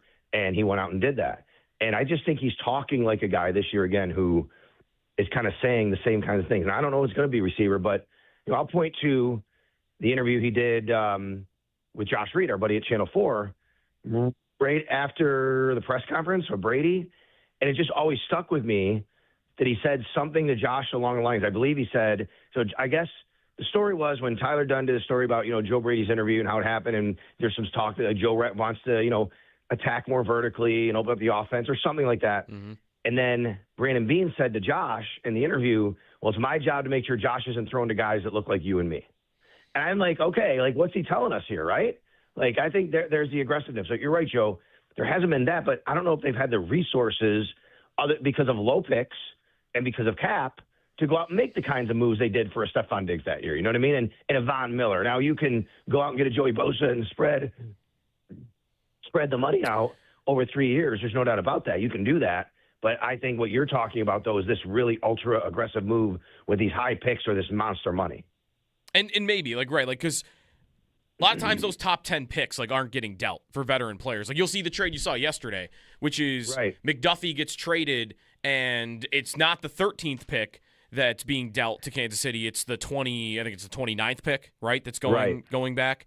And I would imagine, if you're Philadelphia and you're trying to get a first plus for A.J. Brown, you're probably expecting the team that you're doing business with to be picking somewhere, middle to late first. You're not getting the 3rd or the 10th overall pick for A.J. Brown. And I would think it'd be a sliding scale for them, right? Which is if you are getting a higher pick, it's less extra involved. If you're getting a lower pick, it's more extra involved, right? I'm not crazy about the A.J. Brown idea personally for the Bills because of just kind of what he brings, off the field and the distractions. And Joe, you know better than anybody with your brother, doing Locked On Eagles and, all the things he's a great player. Nobody would deny that. But I mean, what are you getting to deal with outside of that? And are the Bills willing to do that after they went through the Stephon Diggs stuff? And now you see Diggs on the move again. And what did Trey Wingo write? Do you see Trey Wingo's tweet last night? Stephon Diggs looking for his 15. There's a reason why he doesn't stick around too long. And we can debate all that because he's a great player, but we also know there's a lot of stuff that comes along with that. I'm not the craziest about an A.J. Brown idea. If they did it, they have to have a lot of conviction that he's going to fit and it's going to work, and you're already dealing with all the Keon Coleman stuff, right? I mean, I just think that's a lot to take in right now. If you were in charge of setting the odds on Diggs back to the Bills, would you put it at 0? Is there a less than 0 I could pick? Okay. So no, 0. I would. Yeah, I would put. I would put it at 0. I mean, come on. Would that not be? Although we do live in a city that, as Jeremy knows so well, Ted Nolan returned to be the head coach of the Buffalo Sabres. That's true. That did happen. We thought that was unlikely. That happened. Sal, thank you. We'll check in probably next week as the league year gets started. All right, guys. Thanks a lot. You got it. Sal Capaccio on the Western Hotline. Ted Nolan did really come back. Yeah, yes, he did. 0. The thing about Diggs, and let's not make it specifically about Diggs, how'd it go for New England? Great. It went great for them. When they made the Super Bowl. He was a very important part of their offense. It went great. They got exactly what they probably couldn't have asked for more. I hadn't seen when they signed him to what they got. They're probably releasing him because of the off-field stuff, but are they saving money anyway? They worked great. Mm-hmm. Right, they have an opportunity probably to get out of money here that they otherwise wouldn't have because of potentially his potential suspension. I did not see that Trey Wingo tweet about making a point about it being his 5th team. I don't know. Randy Moss played for 5 teams. Yeah. I'm sure a lot of great receivers over time played for 5 teams. Jerry Rice played for 4. Denver at the end. Denver, Seattle, Vegas. Not Vegas. It would have been Oakland at the time. I think Rice all went to all those places. Yeah, I don't know. I'm not saying I want him. I'm just saying Diggs' cap hit what was going to go from $10 million to $26. They saved $16 million on the cap by cutting him. Right. The Patriots saved $16 million to cut him. I mean, it is. Tell me. I'm not. Again, this is not about the Bills should bring Diggs back. This is like A.J. Brown. Tell me the idea you got to be careful. I understand to a point. You offer me the Diggs experience a second time. I take it 100 times out of 100. The Bills are going to trade a first-round pick, and their receiver and quarterback will combine for the most completions, yards, and touchdowns of any pair in the league for 3 years. And then for 6 games, it'll get bad. and he'll be gone for a second-round pick. Mm-hmm. Okay. That was bad? What was bad? Oh, the dead cap. All right, okay. I feel like if you could find that exact experience again, I would love to sign up for that. That's like Sal brings up my brother Lou, who covers the Eagles for Locked On Eagles, and he was on with us a couple weeks ago, and he said all of this about Brown. Like, yes, he's a distraction. Yes, he gets into it with both the quarterback and the coach. He gets upset when they're running the ball all the time and the offense isn't working, and he's worth all of it. Like, all of that headache is totally worth it because he's at 5,000 yards in 4 seasons for them. And he thinks trading him, even with all that, would be a mistake. So, is it worth it? If the guy is one of the best receivers in the league, then I think the answer should always be yes. If he can play, yes. And he's not going to get, the off-field stuff when it gets to arrests and assaults. To me, that's a different one than just the quarterback might be made uncomfortable. He might have to be ready to be uncomfortable a little bit. You got to win. Can I ask him to be a little uncomfortable? Just a little? And again, maybe they'd be friends right away. The uncomfortable experience involved a cover of Sports Illustrated for kids together last time. They were besties. Then they broke up. Happens. Anyway, when we get back, the latest, again, it's a pretty loose rumor. Bobrovsky? I'd like to push back a little bit on the idea that the Sabres have no need for that idea. None at all. We'll talk about it with Owen, see his thoughts on this as well. I don't think the rest were Bobrovsky, but Friedman kind of flirted with it. Made the connection. Jeremy and Joe here on WGR.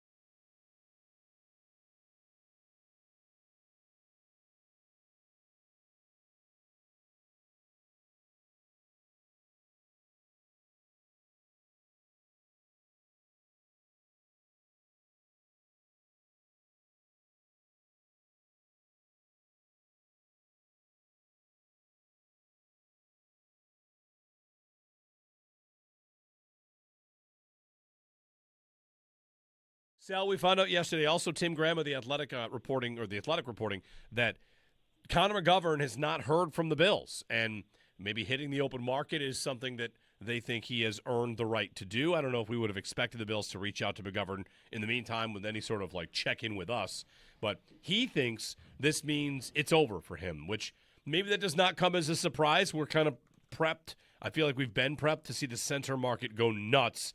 And he's number 2 on the pecking order in terms of who's going to get paid.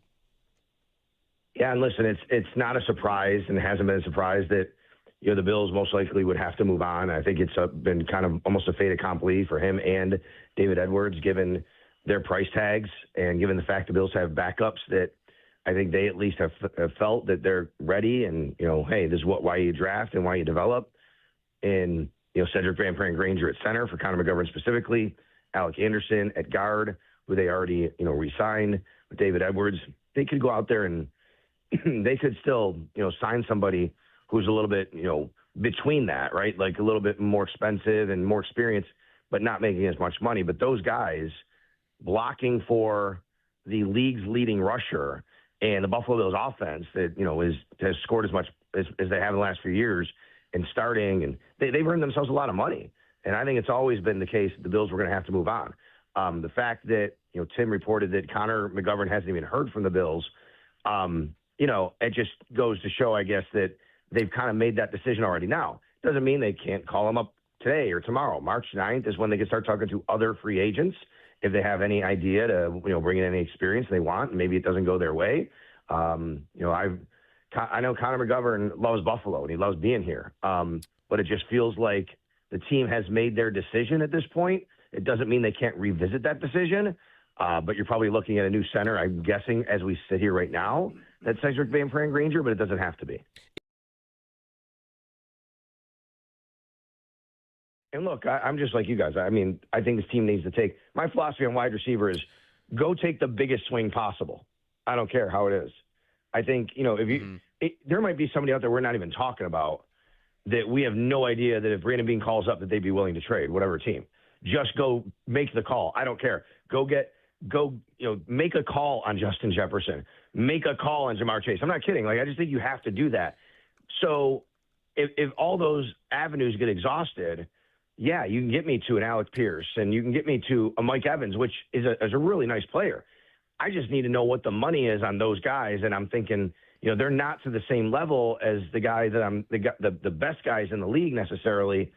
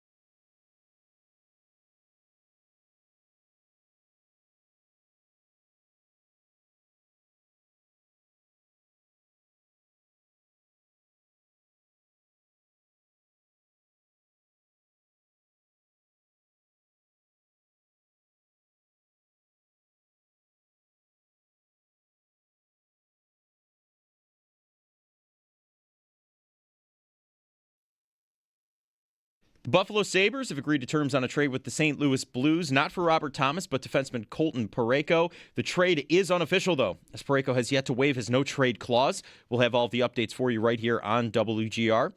A St. Louis Blues reporter, Andy Strickland, said yesterday that, quote, this reporting is a little premature. I'm not suggesting it's not happening, but he has a no-trade clause, and I'd imagine that's a big part of it. The Sabres are in action tonight on the road, taking on the Pittsburgh Penguins. Puck drop is set for 7 o'clock. Big trade in the NFL yesterday. The Chiefs traded cornerback Trent McDuffie to the Rams for 2026 pick number 29, a 5th, a 6th, and a 2027 3rd. Since 2017, the Rams have traded away their own first-round picks every year through present day, except for 2024, where they drafted Jared Verse. They still have pick number 13 this year via the Falcons. In other news around the league, the Patriots released wide receiver Stephon Diggs. The Steelers released tight end Jonnu Smith. NFL Network's Ian Rappaport is reporting there are just a select few teams that would meet the criteria of the Philadelphia Eagles and of A.J. Brown himself for a potential trade. Colts wide receiver Alec Pierce says he has earned the right to explore free agency. And the Athletics general manager David Forst said the organization remains open to former Cardinals quarterback Kyler Murray exploring a return to baseball.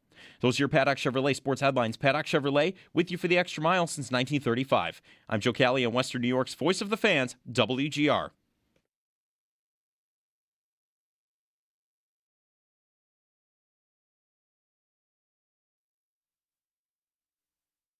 Pass, and here's Enrique, stopped by Bobrovsky.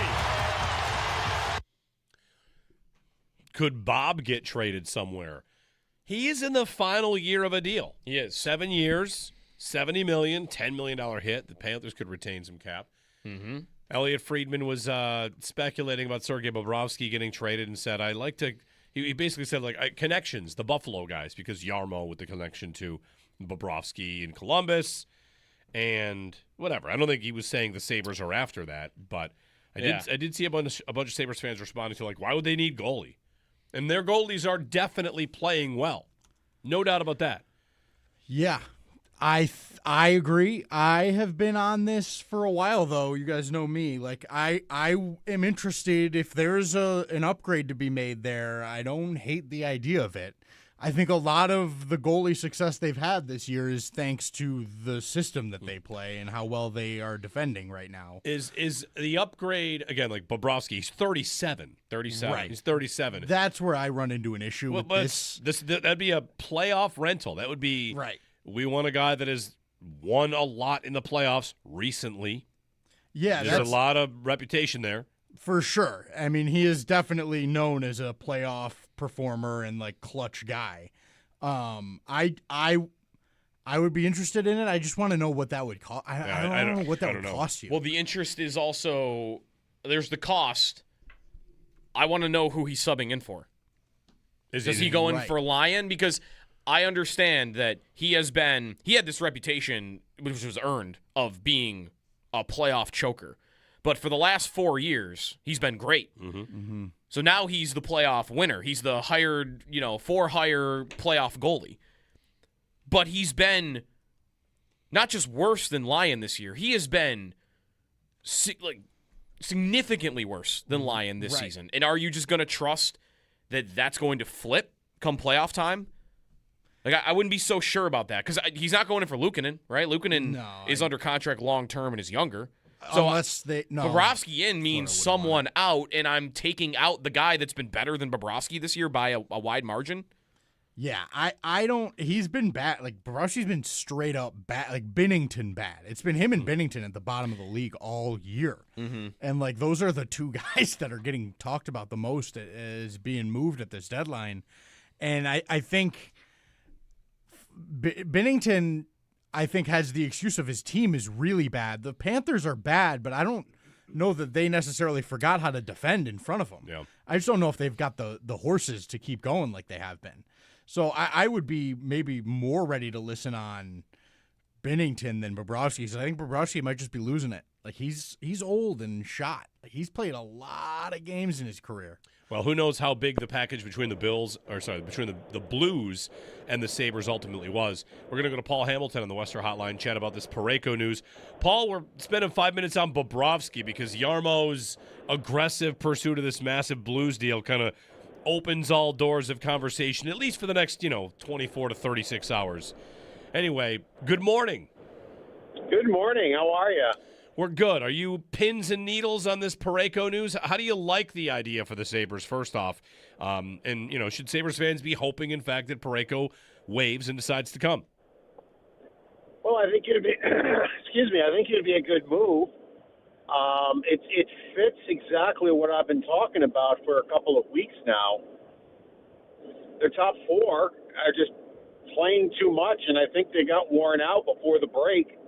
Now they're okay right now, but with the busy schedule of March, I think I could see them definitely getting worn out. You can't be playing, other than Dahlin, you can't be playing the other 23, 24 minutes a game during this schedule and expect them to be in top form. I mean, they did lose 3 out of 4 games going into break, and I think that was the biggest problem was those guys looked like they were starting to wear down.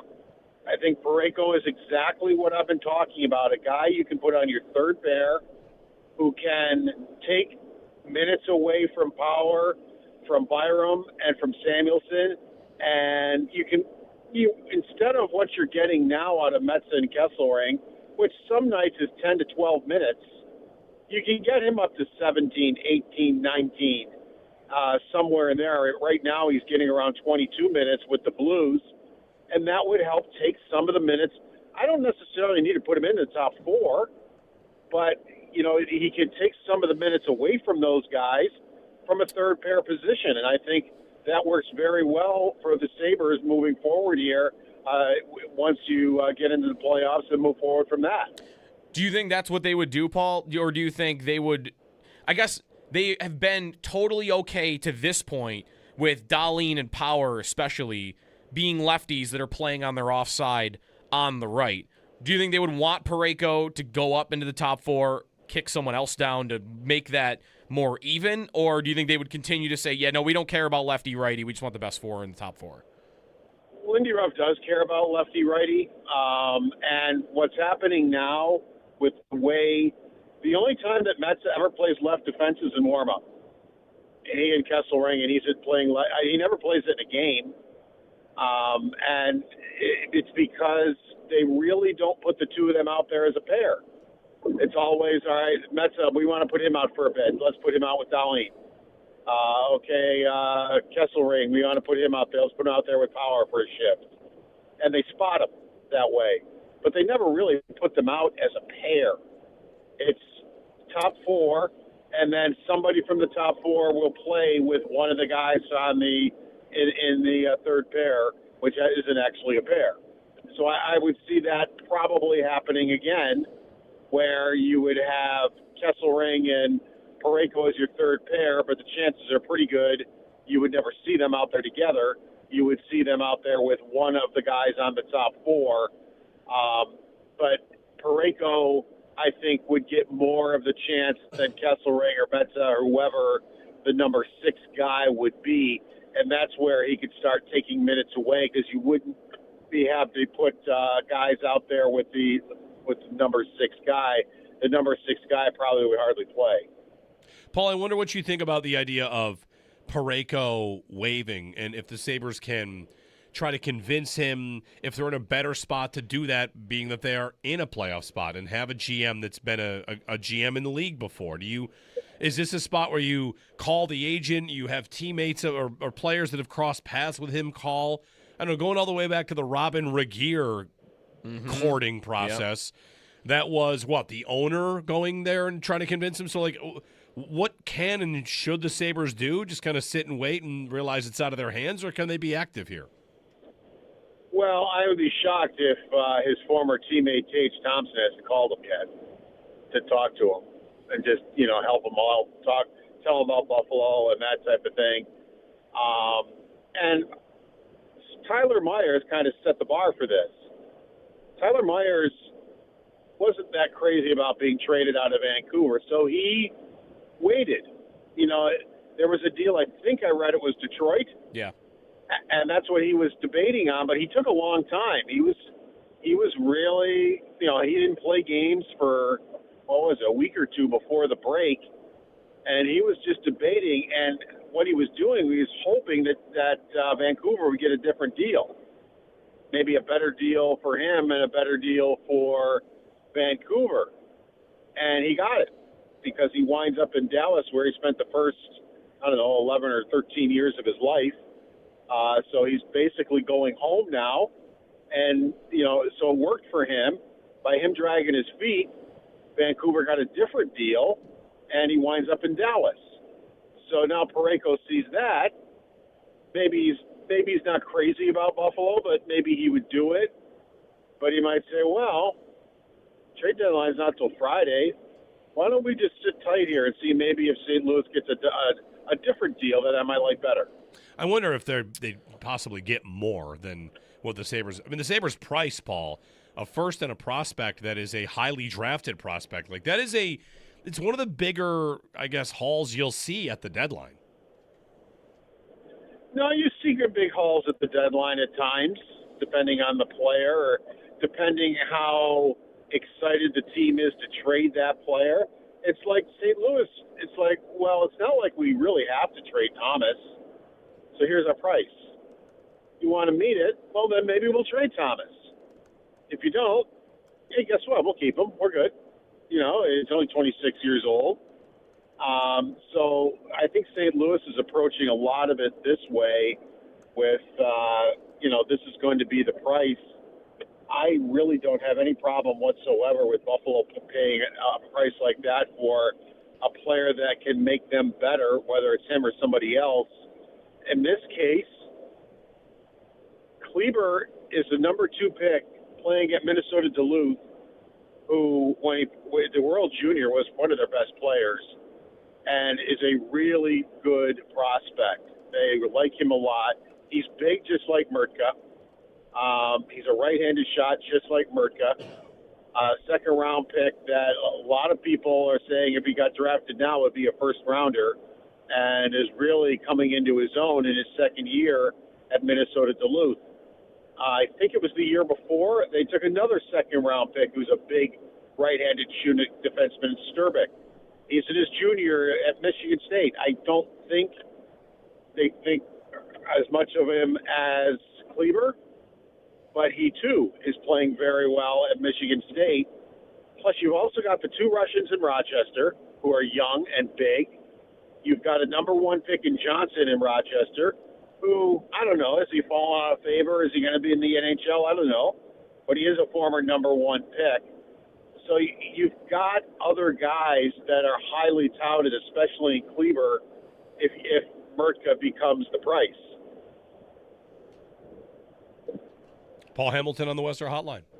Thank you, Paul. Take care, guys. We'll keep you up to date on the latest from the insiders. If Paul hears anything, anyone else does, Sabres have that deal in place and kind of waiting to see if anything moves forward. 803-0550, 1-888-550-2550 to join us. Penguins tonight. This game Without Crosby. They're playing well, though, without Crosby. They have won a couple games, yes. They're playing in Pittsburgh. Every game they've played in Pittsburgh for the last 10 years, they have had a 2-1 lead and then given up 2 goals in a minute and a half. That's what will happen tonight. They'll be leading the Penguins, and the Penguins will score 3 goals in 2 minutes or something like that. I know because I hear that horn in my nightmares. They always lose. That horn. They lose in Pittsburgh all the time. Such a shrill horn. I mean, they've been pretty good. The Bruins horn has always been the one that's lived in my nightmares. Yeah. That's the Penguins horn? Yeah, you're right. I don't like. Yep. Not a fan. Sabres and Penguins tonight. Before coming home for a pair of games on the weekend, and the forecast is going to be Saturday's forecast is warm, but also terrifying. Thunderstorms and wind and stuff. So warm and chaotic. It almost looks like high of 67 Saturday into the 60s. So that's good. Get down to the arena, wear shorts, and also a rain gear. I don't know. It's going to be wild.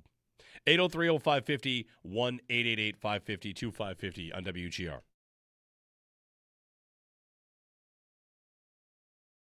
I guess I want it more now that there's this question of whether he'll actually want to come or not. You want it more? Not less? No, I want it more.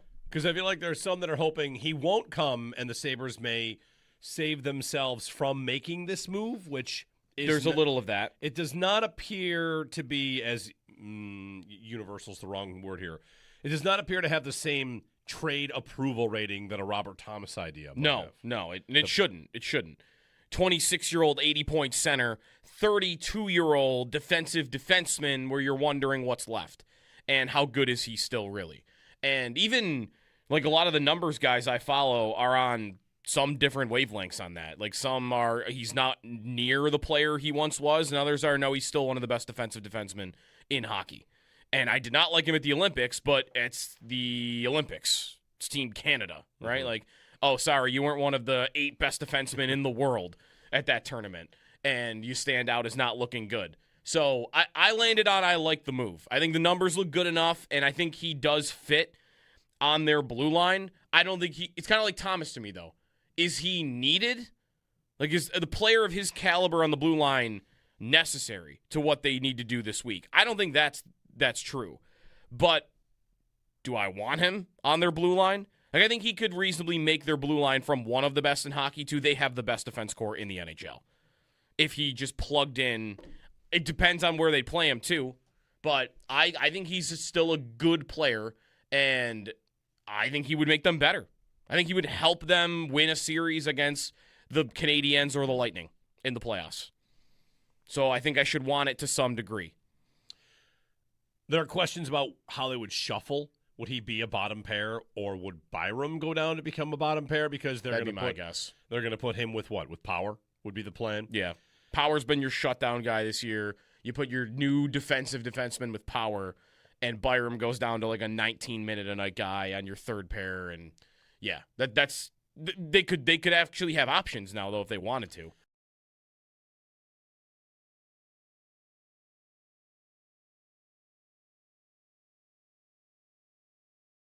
And look, I'm just like you guys. I mean, I think this team needs to take – my philosophy on wide receiver is go take the biggest swing possible. I don't care how it is. I think, if you there might be somebody out there we're not even talking about that we have no idea that if Brandon Beane calls up that they'd be willing to trade whatever team. Just go make the call. I don't care. Make a call on Justin Jefferson. Make a call on Jamar Chase. I'm not kidding. I just think you have to do that. So if all those avenues get exhausted, yeah, you can get me to an Alec Pierce and you can get me to a Mike Evans, which is a really nice player. I just need to know what the money is on those guys. And I'm thinking, they're not to the same level as the guy that I'm the best guys in the league necessarily.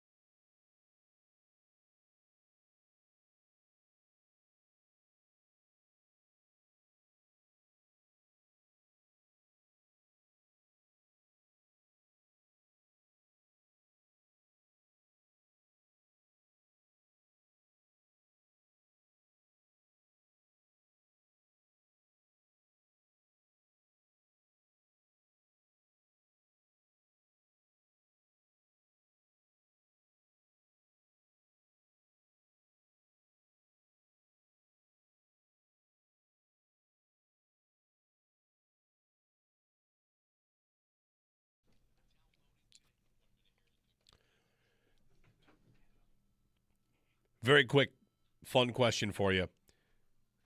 Okay. Bleacher Report has put out the top 50 free agent busts of all time in the NFL. The Bills have one appearance on this list. Who is it? Mark Anderson. It is not Mark Anderson. He was such It's a reasonable guess. brutal signing. It better not be Mario Williams. It is not. He was great. I actually looked thinking, would they actually be so He was a first-team All-Pro. Right, he was very, very he was good. great for 3 years. It is not Mario Williams. Free agent bust of all time. Yeah. Bryce Pop was amazing.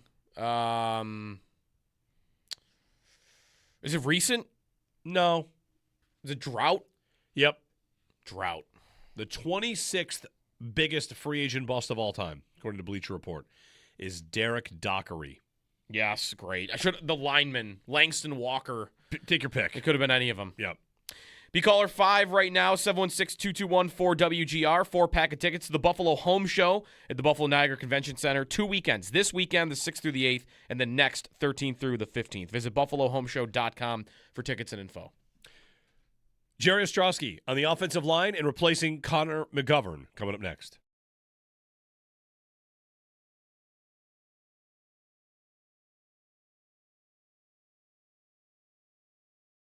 Sal, we found out yesterday, also Tim Graham of the Athletic reporting, that Connor McGovern has not heard from the Bills. And maybe hitting the open market is something that they think he has earned the right to do. I don't know if we would have expected the Bills to reach out to McGovern in the meantime with any sort of like check-in with us, but he thinks this means it's over for him, which maybe that does not come as a surprise. We're kind of prepped. I feel like we've been prepped to see the center market go nuts, and he's number 2 on the pecking order in terms of who's going to get paid.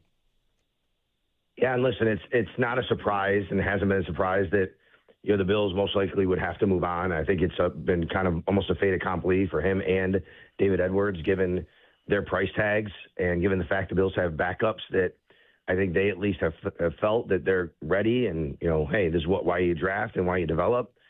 And Cedric Van Pran-Granger at center for Connor McGovern specifically, Alec Anderson at guard, who they already re-signed with David Edwards.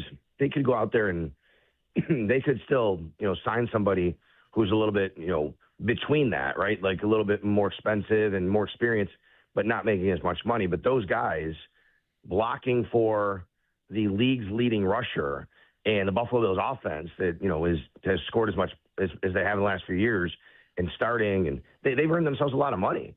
And I think it's always been the case that the Bills were going to have to move on. The fact that, Tim reported that Connor McGovern hasn't even heard from the Bills, it just goes to show, I guess, that they've kind of made that decision already now. Doesn't mean they can't call him up today or tomorrow. March 9th is when they can start talking to other free agents if they have any idea to, bring in any experience they want. And maybe it doesn't go their way.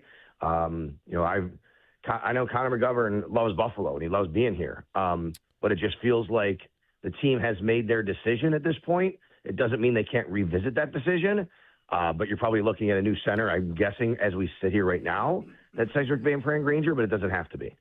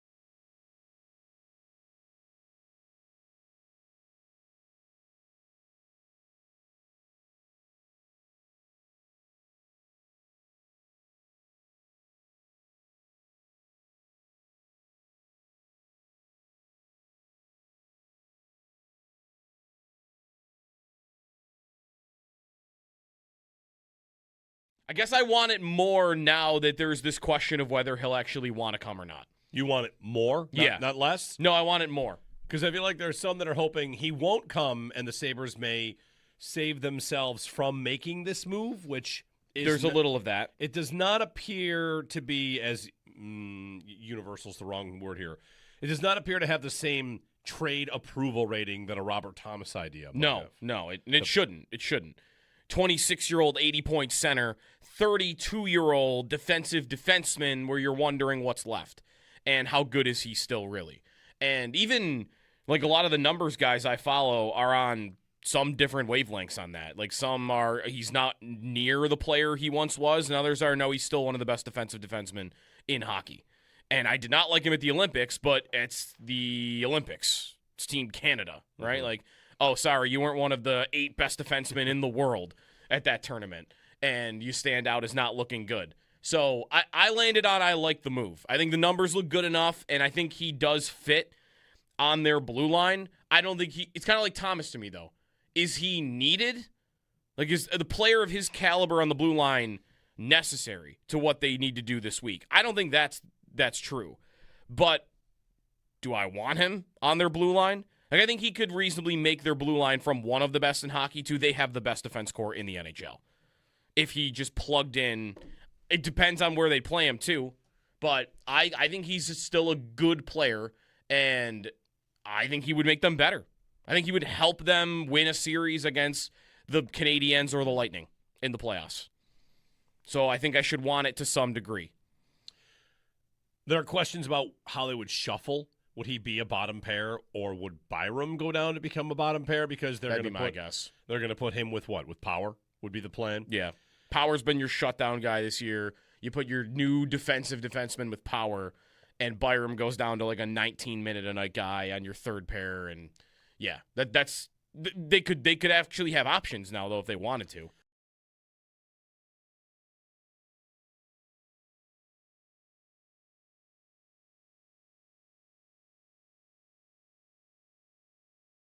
The Buffalo Sabres have agreed to terms on a trade with the St. Louis Blues, not for Robert Thomas, but defenseman Colton Parayko. The trade is unofficial, though, as Parayko has yet to waive his no-trade clause. We'll have all of the updates for you right here on WGR. St. Louis Blues reporter Andy Strickland said yesterday that, quote, "This reporting is a little premature, not suggesting it's not happening, but he has a no-trade clause. I'd imagine that'd be a big part of it." The Sabres are in action tonight on the road, taking on the Pittsburgh Penguins. Puck drop is set for 7 o'clock. A big trade yesterday in the NFL. The Chiefs traded quarterback Trent McDuffie to the Rams for 2026 pick number 29, a 5th, a 6th, and a 2027 third. Since 2017, the Rams have traded away their own first-round picks every year through present day except for 2024, where they drafted Jared Verse. They still have pick number 13 this year via the Falcons. In other news around the league, the Patriots released wide receiver Stephon Diggs. The Steelers released tight end Jonnu Smith. And NFL Network's Ian Rappaport reports there's just a select few teams that would meet the criteria of the Philadelphia Eagles and of A.J. Brown himself for a potential trade. Colts wide receiver Alec Pierce says he's earned the right to explore free agency, and the Athletics general manager David Force said that the organization remains open to former Cardinals quarterback Kyler Murray exploring a return to baseball. Tune in for your chance to win a 4-pack of tickets to the Buffalo Home Show at the Buffalo Niagara Convention Center on March 6th through 8th and March 13th through 15th. Get all of your tickets online at buffalohomeshow.com. That's your Paddock Chevrolet Sports Update. Paddock Chevrolet with you for the extra mile since 1935. I'm Joe Cali on Western New York's Voice of the Fans, WGR.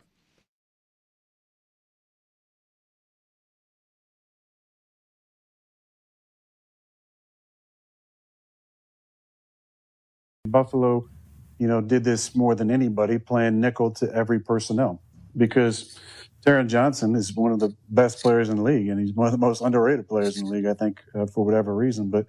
But he can play a box linebacker and stop the run, and he can cover guys. And because of that and their willingness to play nickel versus any personnel grouping. Aaron Rodgers on with Pat McAfee made the appearance to not say what he would be doing this season with the Steelers. It's only March 5th. He's not supposed to decide yet. Also, are we still sure he didn't make up the fact that he got married? He talked about that more yesterday. Did you see what he said? Yes, I did. Okay. But we still, I don't think, have a lot of evidence that he actually has been married other than he says he is and has a ring on. Mm-hmm. I just would love if get Pablo Torre on the case. Is he actually married? Yeah, exactly. We get some bomb story at some point that he made it all up. 803-0550, 1-888-550-2550. He's a horrible idea for Pittsburgh, by the way. He's a horrible idea for anybody. I saw a debate yesterday from some Minnesota people, like Rodgers or Kyler Murray. I don't like Kyler Murray at all. You sign Kyler Murray before you sign Aaron Rodgers to be your quarterback. 100 times out of 100. Right? Yeah. Just the worst idea, I think, would be bringing him in to be your quarterback right now. Do you want to talk about Alec Pierce for a second?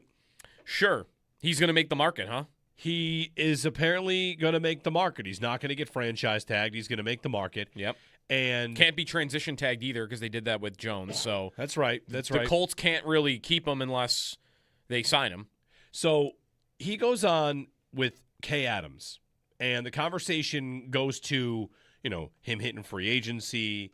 And I guess this might be at the center of one question we should ask about the Bills and free agency. By the way, we're on Colton Parayko watch. If you're tuning in for the latest news, we'll give that to you as soon as we get any news on whether or not the Blues defenseman is going to waive his no trade and actually come to the Sabres. So we'll keep you posted. All right, on Alec Pierce. He's expected to make north of 20, maybe 25 million. Mm-hmm. And I'm going to actually make this point with Pierce and Evans in mind, because we saw Mike Evans' wish list. His wish list includes a high volume of touches. Yep. Pierce with Kay Adams says one of the things he's excited about getting paid and going to free agency is that once he gets a big contract, he said these GMs, these coaches, they know they have to back that contract. He kind of maybe joked, 150 targets. He got 84 last year. He knew the number. Diva. Right. He's got to be a diva.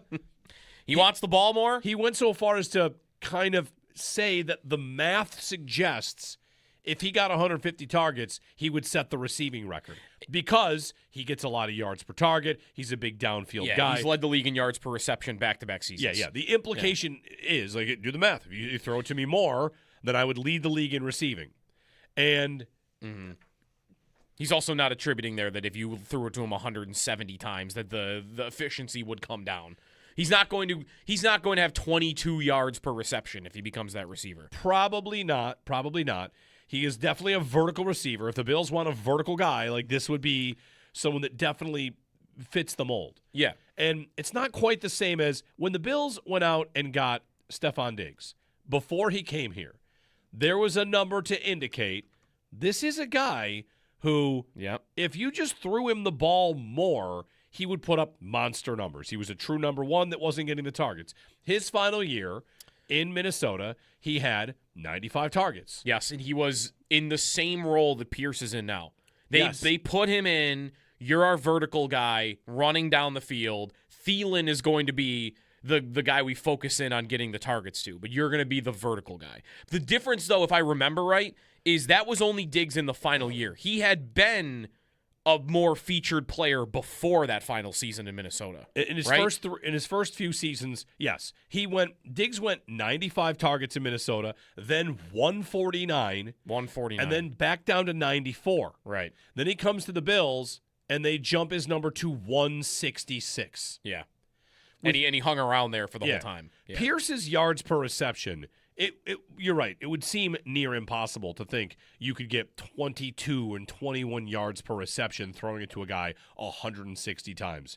If you could, you would pay that player $40 million.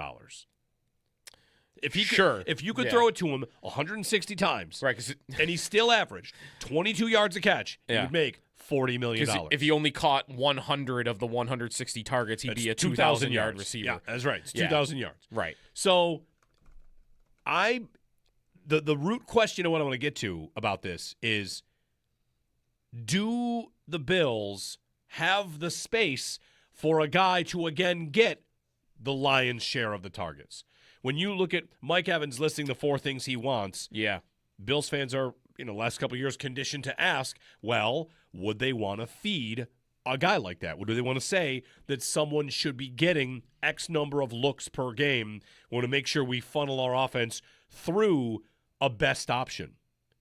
I don't know if they're up for that. That said, we haven't really heard everybody eats in months and months and months.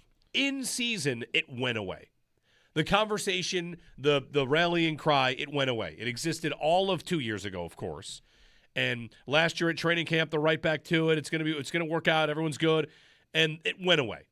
Totally went away as the season went along. So is that a marketing kind of thing that they used for a time and now they're ready to ditch that? Mm-hmm. If they go for Mike Evans, if they go for Waddle, if they go for, take your pick, Alec Pierce. Yeah. Alec Pierce is saying when he gets his big contract, he's expecting more than 84 targets. He's going to want 120, 130. Yeah. I think he's right to expect more than that. I don't think, though, the idea that he is going to double his target share is realistic.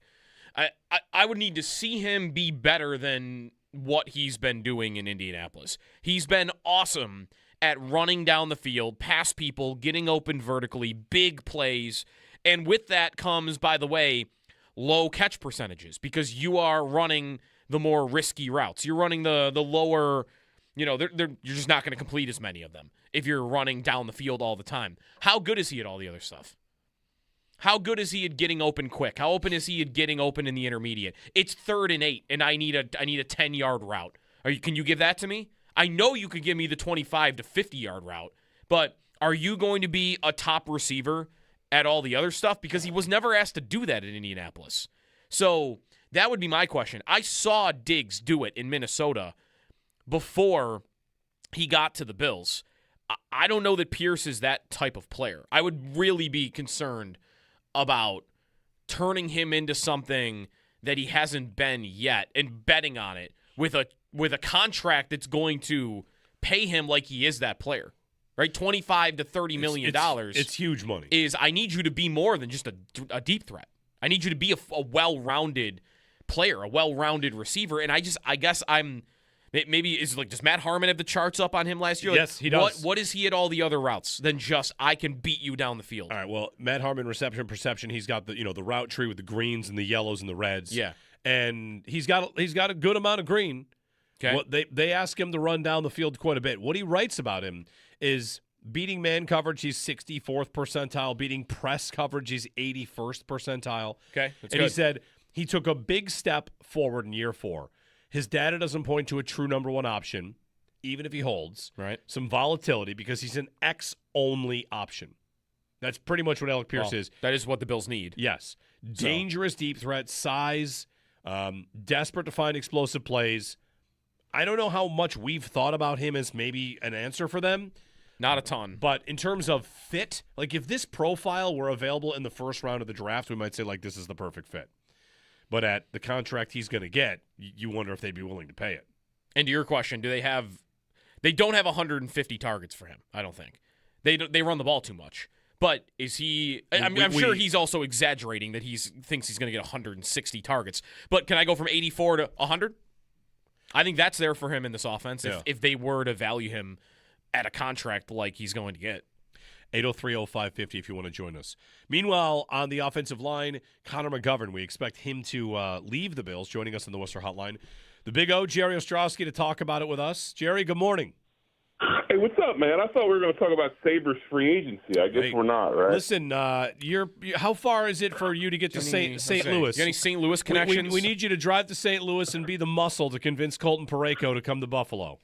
Actually, I can. I'm about 6 hours away. I've got people in St. Louis. All right. I know Pronger very well, Chris Pronger. All right. Seriously, we can do this. Make a call. Call Pronger. Call Let him Pronger. know. Yeah. Let him know. Colton Parayko's got to come.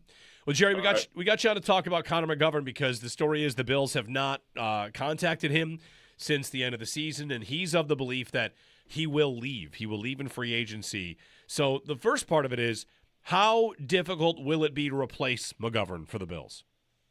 Well, I think it won't be easy. I mean, you're looking at a really good vet that's played good football. I mean, obviously we got a guy like Cedric Van Pran-Granger, that's been kind of being groomed over the last few years. You've got Alec Anderson that has some center experience. But no, this is a guy that, for all intents and purposes, after Tyler Lindenbaum is the next center up, and as far as free agency goes, you got a ton of teams that need center help now, especially like with Chicago and Dahlman retiring. So, really good football player that's going to command a lot of money to get him on your roster. So, if he were to leave, Van Pran-Granger, did you like him coming out in the draft? And do you feel like going to him? It's not going to a rookie because he's been with the team for a couple of seasons. Should there be an expectation that he could do this? Yeah, I can. I mean, I would really like to see him get a good shot at the job. I mean, the biggest thing is, fellas, I mean, we haven't really seen him. He had the injury last offseason, didn't do anything through camp, had the calf injury, played a game this season when we were resting starters, did a good job, I thought. I mean, he's got limitations, but let's be honest. 90% of all players in the league have some sort of limitation. Obviously, he was a multi-year captain at Georgia, played against really good talent in the SEC. I like the kid. I think he's gritty. He's a leader. I think he deserves a shot for sure. Would you expect there to be a competition? I guess it's going to depend, right? If they lose Edwards and McGovern to big free agent contracts, I guess would you feel comfortable with two guys that don't have a lot of starting experience, Van Pran-Granger, Anderson, filling in both their spots, or would you want to see them do something more at the position in terms of a veteran or I guess a draft pick too? Yeah, that's a great question. I personally think if you go with the Van Pran-Granger, you better bring a free agent in. I don't want to, and a guy that can battle with Alec Anderson. I don't want two young guys side by side. I mean, I'd really like to see a veteran come in, you know, a guy that's maybe had some time in the league, that's gotten some snaps, that can not only help out Van Granger, but also, you know, solidify that spot next to Deion Dawkins. So it'll be interesting to see how this thing goes. I personally my dream scenario would have been get McGovern back and then draft one pretty high to play left guard and start grooming more talent in that offensive line, because I think this whole thing kind of points towards a Osiris Torrance extension, but that's not 100%. And you've got to keep guys in the pipeline. I would have loved to have seen us draft one, bring McGovern back, and then try to really, you know, solidify the next so many years. Before we get to Torrance, Osiris Torrance, Jerry, I know like you mentioned like the two young guys. Your biggest concern would be a young guy next to Dawkins, and could you explain why? Well, I mean, the biggest thing is I think if you watched what he had in David Edwards, and even Aaron Kromer talked about it in his interview with Eric Wood, Edwards is an incredibly smart guy and really kind of took a lot of the communication over. And if you watch the way that tandem worked, Edwards is really in charge of a lot of communication and setting up the blocking schemes and things like that. And, you know, I just don't know. You know, some players are really good at that stuff. Some players aren't. And we know how Deion is. He's a little unorthodox, unbelievable football player. And I still think he has a ton of football left in him. But I just think Deion's one of those guys that walks out and wants to play. Not maybe as much into the communication stuff. Let me line up, let me whip my guy and go about my business. And I just think it's important that, you know, for how that whole thing works in the communication chain, you got one of those guys there. What do you have a level of concern about Dawkins, Brown, Torrance with a new offensive line coach? I mean, I guess what I'm asking, Jerry, is like with Aaron Kromer departing, he would have, of course, worked with them for years. Not like they're going to forget the things that he worked on with them and how he let them be the players that they are. But what will be different now that he's not there and there's a new voice in the room? Would you know, I guess as an offensive lineman, when you get the next coach, it's not like you forget everything you knew before. So is there a level of concern, or what will be different for these players? Well, we talked about that the other day when we were talking about Osiris Torrance. And I think when you look at what Kromer did, I mean, I think Kromer's an unbelievable offensive line coach. I do think he put a lot of stress on his players and how they block things. I mean, they were a ton of one-on-one blocks. Even in the running game, they weren't a team that really forced a lot of double teams. And when you look at a guy like Torrance, I mean, he's kind of a classic duo downhill monster. He's a double team, throw guys around and all that. And I think, you know, we haven't seen what Pat Meyer does yet. I mean, I know he's the Aaron Kromer disciple. That doesn't necessarily mean that everything he's going to do is exactly like Aaron Kromer did it. So there's a chance that things could be a little bit easier on this line if he does more slide protection and more helping out in the passing game, and, you know, we keep backs in and we do more true double team stuff up front. So there's a chance it could be a little bit easier, especially with guys like Edwards and now McGovern probably leaving. You need to be, I hate to use this term, but maybe dumb it down a little bit for some of these young guys until they get their feet wet. And on Torrance, I want to put this like in the context of the Bills have re-signed a lot of their own players, and I think some that might be critical of that would say they sign guys that are just good, and maybe that gets in the way. Is Osiris Torrance a player you think is definitely worth an extension? Should they wait another year just to be sure? Because last year was all about extensions: Rousseau, Bernard, Benford, Shakir, Cook. Is this guy a slam dunk extension, or is it not that easy for you? Well, it probably wasn't a slam dunk if we were keeping some of these other guys. I think we need to worry about continuity and keep the talent we have in-house as much as possible. I think it's like I said earlier, I think it's kind of a weird situation with Osiris Torrance. I think he's a really good football player. If you watch some of his limitations, it is some of the one-on-one type stuff, especially in the passing game. I do know some of the stuff is technique and how they were taught. I know some of it is the way the blocking schemes are. I think he's a hell of a player. And here's the other thing, guys, that I think we really need to look at. he doesn't miss games. He plays. And in the world of salary cap football, you better have players that are available. And Torrance is a very talented player. He's young. He's one of your own. And I think that, I think he is worthy of that extension. And it's the old Eagles adage, right? We pay him a little bit too much now to get him cheap later. I think it'd be a good idea. So to that, how would you feel about the idea? I guess this is not likely because McGovern is saying that they're not really in touch. But if they had decided, you know what, we think McGovern, or even Edwards, I guess for this matter, are more worthy of an extension than Torrance, we're going to do that and go into it with Torrance into the final year of his deal. Like, would that be a bad idea to you, that Torrance should be the one of the three that they would prioritize long term? No, I don't think it's a bad. I don't think it's a bad idea. I hear what you're saying. It's like you start trading off. If you get one or two of these other guys, you let the other one go, and you're going to have to. I mean, that's just attrition as far as it's monetary attrition. You don't have enough money to go around. I think they're all really good. I think they're all pretty even as far as talent goes. You're looking at Torrance and a guy that's young, right? I mean, there's the big difference. I mean, I think Connor McGovern's looking at like 7 years. I think Edwards is about 8 or 9. So you've got guys that are very similar as far as talent, but you got a difference in age. And then you also got the durability factor. The thing about McGovern yesterday in the article with Tim Graham and all that, and I read it and everything. I mean, it's obviously to me, it served purposes on multiple sides. I mean, it was kind of one of those deals where it was kind of a negotiating aspect, I think, by McGovern, if you know what I mean. You get that thing out in the public and you haven't heard from anybody, so you kind of let your stance be known without talking to anybody. But the other thing is, he talked about playing hurt and everything, and he's been there, done that. And the thing about playing hurt is you're going to get a ton of respect from your teammates. You're going to get a ton of respect from your coaches.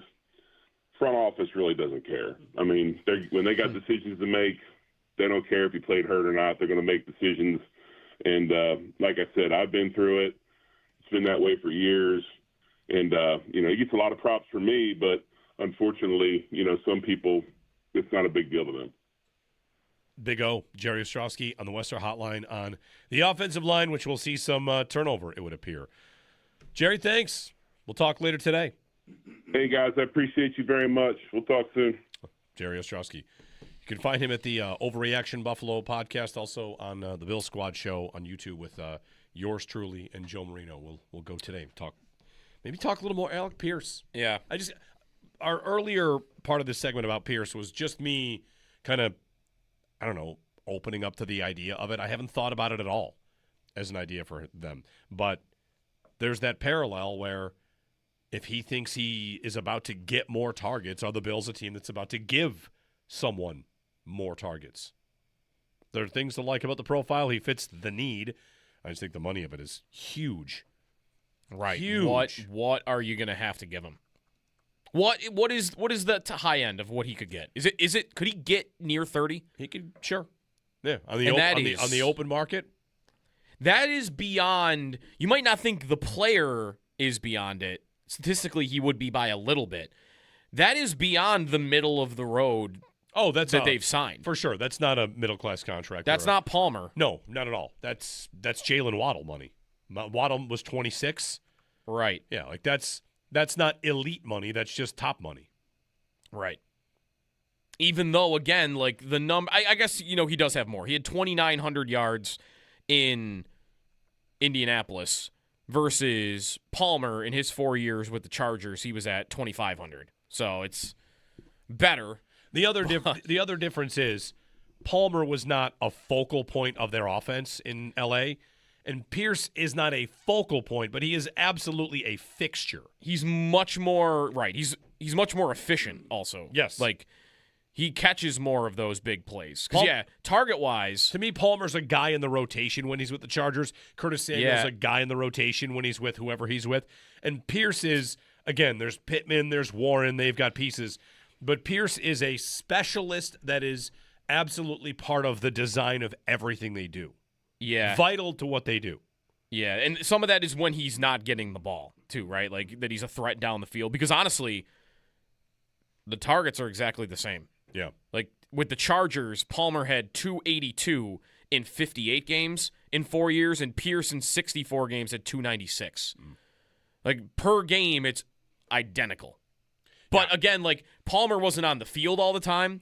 Pierce is ex-receiver, and I'm sure someone is, thinking about the point right now. Like, well, he might have the same targets, but more efficiency, one, and two, who are you more worried about if you're a defense? Who do you got to have safety coverage more on when these guys have been on the field? It's been Pierce for sure. Not Palmer was never a guy that was scaring defenses when he was with the Chargers. Yeah. Pierce, by the way, went 53rd in the draft. That is the Kaiir Elam draft. Yeah. I remember. Yeah, he went after Watson. I remember liking Watson more than him. So as the speed guy, if you remember that draft, the Bills take Elam. Yep. Looking back, that's not a good pick. Nope. And that second round, this is how long the receiver train's been running. That was let's see if they get one here. And a bunch of receivers went. In the second round, receivers go 34th, 43rd, 44th, 50th, 52, 53, 54, and then the Bills start trading down. Mm-hmm. Because they traded down initially with Tampa, right? The Bills. Yeah, sounds familiar. Yep. Yeah, because in the first round they selected right after. Yeah, they're tied like with Dallas. So Pierce goes. Sky Moore goes. Here's the three. It's George Pickens, Alec Pierce, Sky Moore. Yep. And the Bills are up in 3 picks, and they trade down 3 times from there, 2 or 3 times, all the way down to 63rd where they take James Cook. Of course, this is the kind of thing where maybe it would be nice to be able to see a draft board. Yeah. Were they going to take a guy there? Instead of James Cook, they would have had rookie Alec Pierce. Maybe they think about George Pickens. Maybe not. We don't know. We don't see draft boards. But they traded down in that spot, which usually means, well, whatever we liked here didn't make it here. There's an alternate universe where they ended up in that draft with Trent McDuffie and George Pickens. Well, Pickens would have to fall, but yeah. They would have to trade up. True.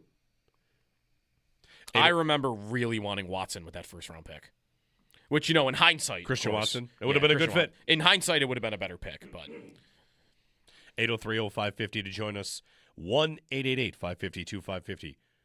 Let's get some hockey insiders awake. Are the St. Louis people up yet? See, the problem is St. Louis is in Seattle, so they're on the West Coast, which means that's right. It's a lot earlier for Jeremy them. Rutherford, Andy Strickland, the Blues reporters. We got to get them to wake up.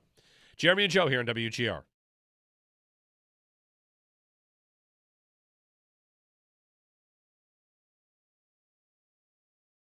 I guess I want it more now that there's this question of whether he'll actually want to come or not. You want it more? Not less? No, I want it more. Because I feel like there's some that are hoping he won't come and the Sabres may save themselves from making this move, which is... There's a little of that. It does not appear to be as... universal's the wrong word here. It does not appear to have the same trade approval rating that a Robert Thomas idea might have. No, it shouldn't. It shouldn't. 26-year-old 80-point center, 32-year-old defensive defenseman where you're wondering what's left and how good is he still really. And even like a lot of the numbers guys I follow are on some different wavelengths on that. Like some are he's not near the player he once was, and others are no, he's still one of the best defensive defensemen in hockey. And I did not like him at the Olympics, but it's the Olympics. It's Team Canada, right? Like, oh, sorry, you weren't one of the 8 best defensemen in the world at that tournament, and you stand out as not looking good. So I landed on I like the move. I think the numbers look good enough, and I think he does fit on their blue line. I don't think it's kind of like Thomas to me, though. Is he needed? Like, is the player of his caliber on the blue line necessary to what they need to do this week? I don't think that's true. But do I want him on their blue line? Like, I think he could reasonably make their blue line from one of the best in hockey to they have the best defense core in the NHL. If he just plugged in, it depends on where they play him too. But I think he's still a good player, and I think he would make them better. I think he would help them win a series against the Canadiens or the Lightning in the playoffs. So I think I should want it to some degree. There are questions about how they would shuffle, would he be a bottom pair, or would Byram go down to become a bottom pair because they're That'd going be to my guess. They're going to put him with what? With Power would be the plan. Yeah. Power's been your shutdown guy this year. You put your new defenseman with Power, and Byram goes down to like a 19-minute-a-night guy on your third pair, and yeah, that's they could actually have options now though if they wanted to. And look, I'm just like you guys. I mean, I think this team needs to take – my philosophy on wide receiver is go take the biggest swing possible. I don't care how it is. I think, if you there might be somebody out there we're not even talking about that we have no idea that if Brandon Beane calls up that they'd be willing to trade, whatever team. Just go make the call. I don't care. Make a call on Justin Jefferson. Make a call on Jamar Chase. I'm not kidding. I just think you have to do that. So if all those avenues get exhausted – yeah, you can get me to an Alec Pierce, and you can get me to a Mike Evans, which is a really nice player. I just need to know what the money is on those guys, and I'm thinking, they're not to the same level as the guy that I'm the best guys in the league necessarily.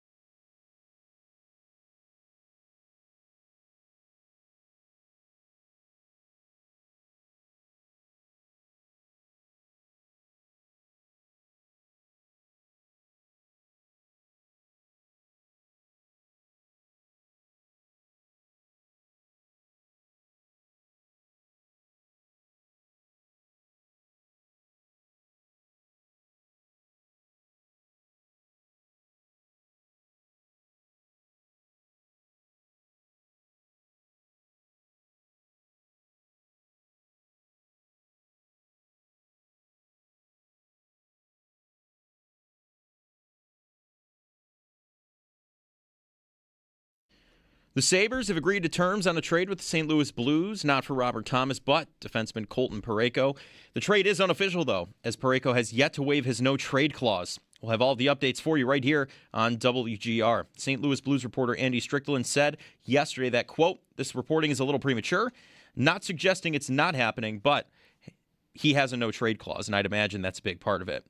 Sabres are in action tonight on the road, taking on the Pittsburgh Penguins. Puck drop is set for 7 o'clock. Big trade in the NFL yesterday. The Chiefs traded cornerback Trent McDuffie to the Rams for 2026 pick number 29, a fifth, a sixth, and a 2027 third. Since 2017, the Rams have traded away their own first-round picks every year through present day, except for 2024, where they drafted Jared Verse. They still have pick number 13 this year via the Falcons. In other news around the league, the Patriots released wide receiver Stephon Diggs. The Steelers released tight end Jonnu Smith. NFL Network's Ian Rappaport reports there are just a select few teams that would meet the criteria of the Philadelphia Eagles and of A.J. Brown himself for a potential trade.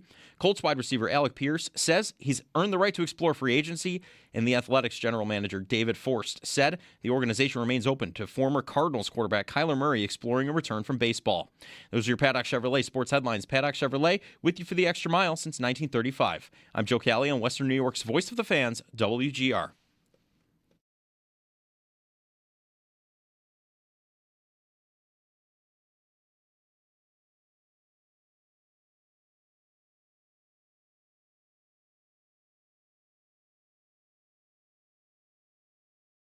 the coaches in the front office know they have to back up that contract. So I'm no longer going to be an 80 target per player, you know?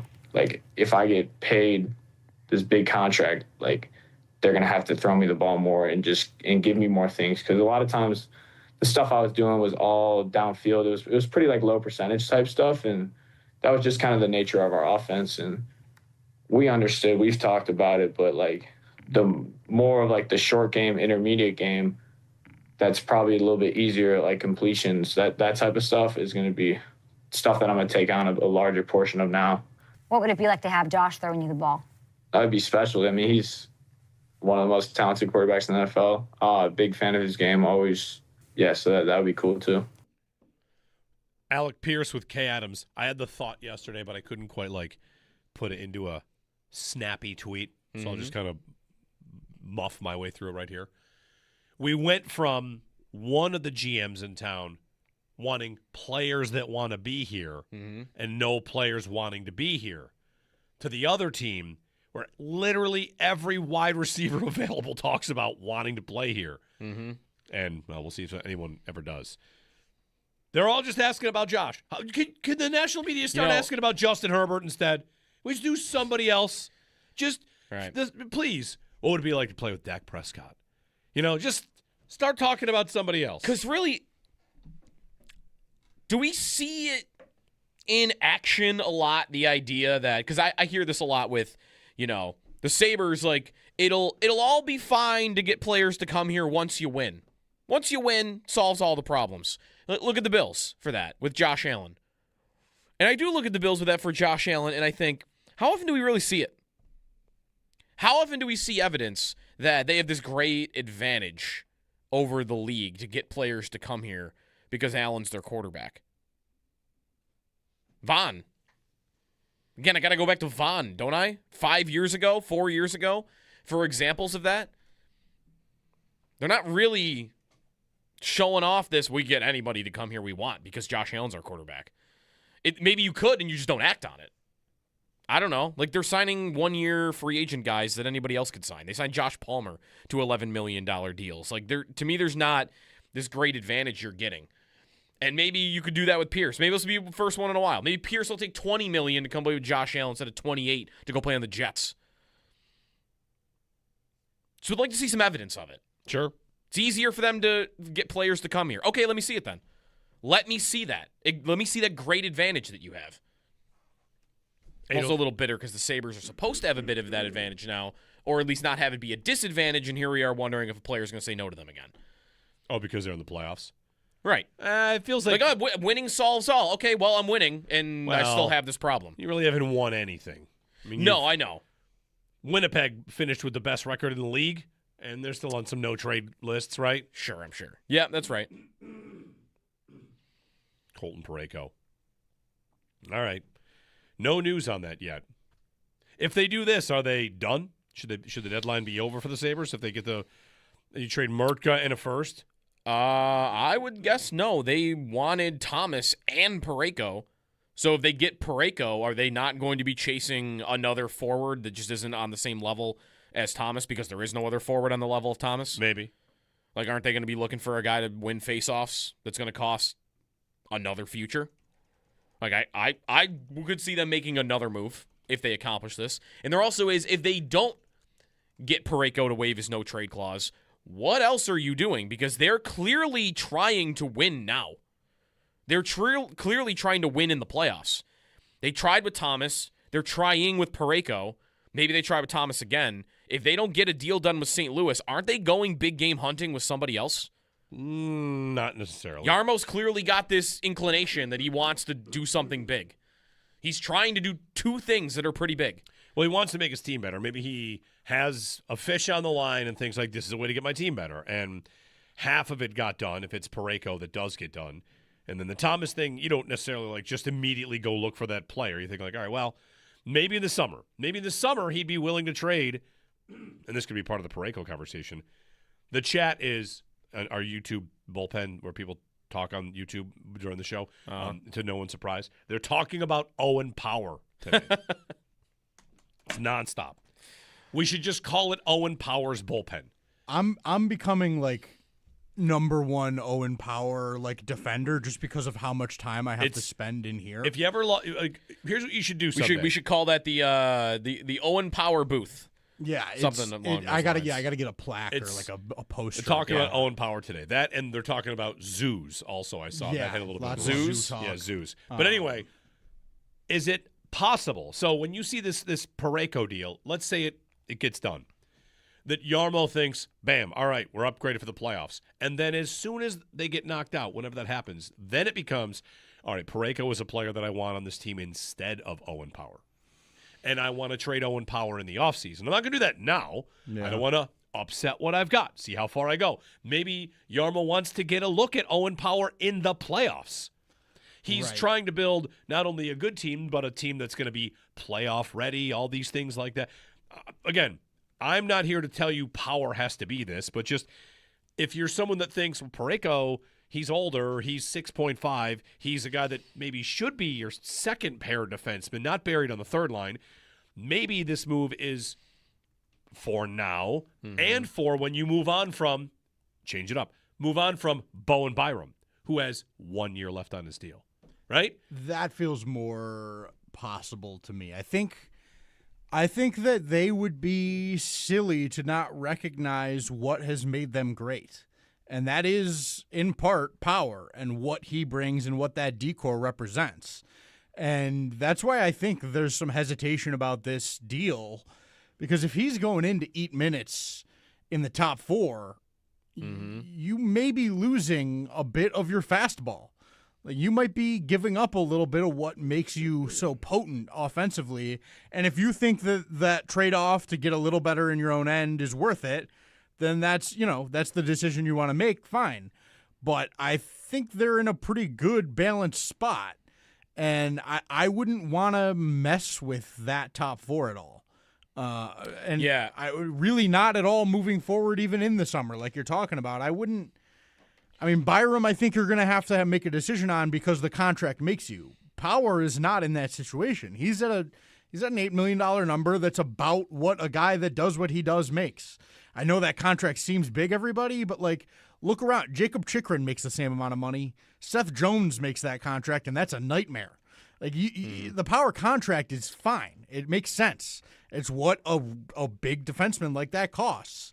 And so I don't know that you want to get rid of that asset if it's worked out so well for you this year. Like you said, the playoffs is where that might come into question. If he goes into the playoffs and he's a nightmare, I think it's going to get real loud real fast, and that'll be hard to avoid. And if that happens, I could see it being done. Yeah, I did think about yesterday when Friedman's like, well, I think Jarmo was trying to get both of them. He was trying to get Thomas and Parayko in the same deal.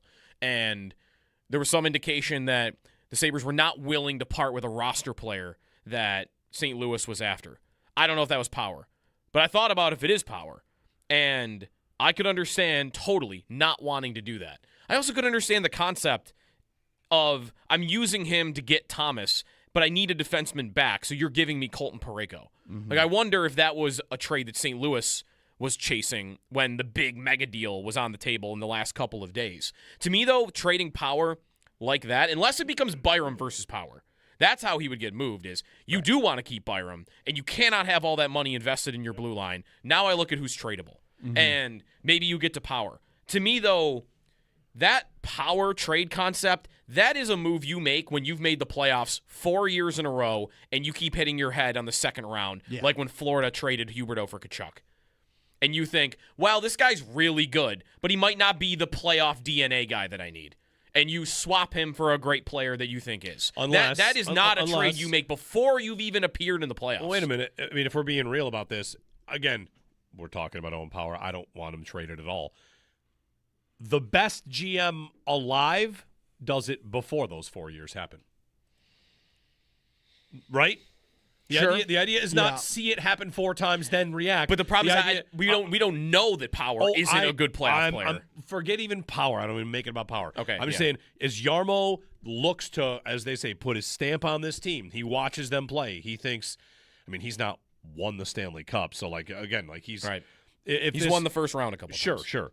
Make it about any GM looking at the roster and saying, I think he's a heck of a player. You know what, though? I'd like to build differently. For whatever reason. A lot of different ways you can do it. And instead of going 4 times and hitting your head 4 times, you make the proactive change. Like, I don't know, there aren't too many Bills and Sabres comparisons because the Bills have been routinely good. But the Bills have multiple playoff appearances here, and it took how many years for them to say, we hit the proverbial playoff wall? And in doing so, 13 seconds was mentioned a lot. If you knew now what you knew then, or if you knew then what you knew now, would you go back and fire him right after 13 seconds? Yes. Of course. You would. And you would say, again, that's if you believe this one person has been a reason you've hit a wall. Right. You waited 3 more years, you got no further, and you said, we've hit the wall. If you could go back in time and say, let's make this bold decision now, you would maybe want to do that. 803-0550. Same with like receiver. If you had known that after departing with Stephon Diggs, that for 3 seasons you would be chasing this position, would you maybe have drafted it earlier? Probably would have done it instead of having to trade for Amari Cooper and get desperate with all these ideas and sit here today being seen as a team that is desperate to do something.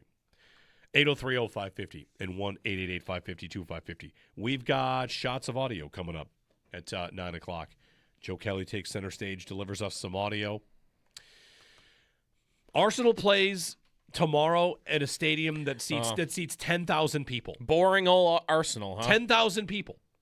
Think about that for a second. Are they playing the Norwegian team in the Arctic Circle? They're playing Mansfield Town. There we go. In the FA Cup. It's one of the cool things with that FA Cup is like the play. Yankees come to a high school. Right. That's kind of how it works. Anyway. Maybe baseball should do that. Our new fantasy football trophy or punishment, you decide. You have to wear SGA's jacket all winter.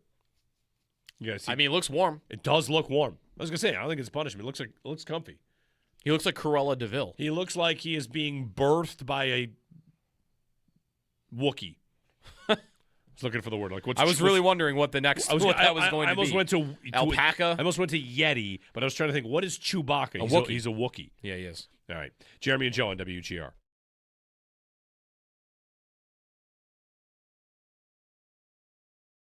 Sal, we found out yesterday, also Tim Graham of the Athletic reporting that Connor McGovern has not heard from the Bills, and maybe hitting the open market is something that they think he has earned the right to do. I don't know if we would have expected the Bills to reach out to McGovern in the meantime with any sort of like check-in with us, but he thinks this means it's over for him, which maybe that does not come as a surprise. We're kind of prepped. I feel like we've been prepped to see the center market go nuts, and he's number 2 on the pecking order in terms of who's going to get paid. Yeah, and listen, it's not a surprise, and it hasn't been a surprise that the Bills most likely would have to move on. I think it's been kind of almost a fait accompli for him and David Edwards, given their price tags and given the fact the Bills have backups that I think they at least have felt that they're ready. And hey, this is why you draft and why you develop. And Cedric Van Pran-Granger at center for Connor McGovern specifically, Alec Anderson at guard, who they already re-signed with David Edwards. They could go out there and they could still sign somebody who's a little bit, between that, right? Like a little bit more expensive and more experienced, but not making as much money. But those guys blocking for the league's leading rusher and the Buffalo Bills offense that, has scored as much as they have in the last few years and starting, and they've earned themselves a lot of money. And I think it's always been the case that the Bills were going to have to move on. The fact that, Tim reported that Connor McGovern hasn't even heard from the Bills, it just goes to show, I guess, that they've kind of made that decision already now. Doesn't mean they can't call him up today or tomorrow. March 9th is when they can start talking to other free agents if they have any idea to, bring in any experience they want. And maybe it doesn't go their way. I know Connor McGovern loves Buffalo and he loves being here. But it just feels like the team has made their decision at this point. It doesn't mean they can't revisit that decision. But you're probably looking at a new center, I'm guessing, as we sit here right now, that's Cedric Van Pran-Granger, but it doesn't have to be.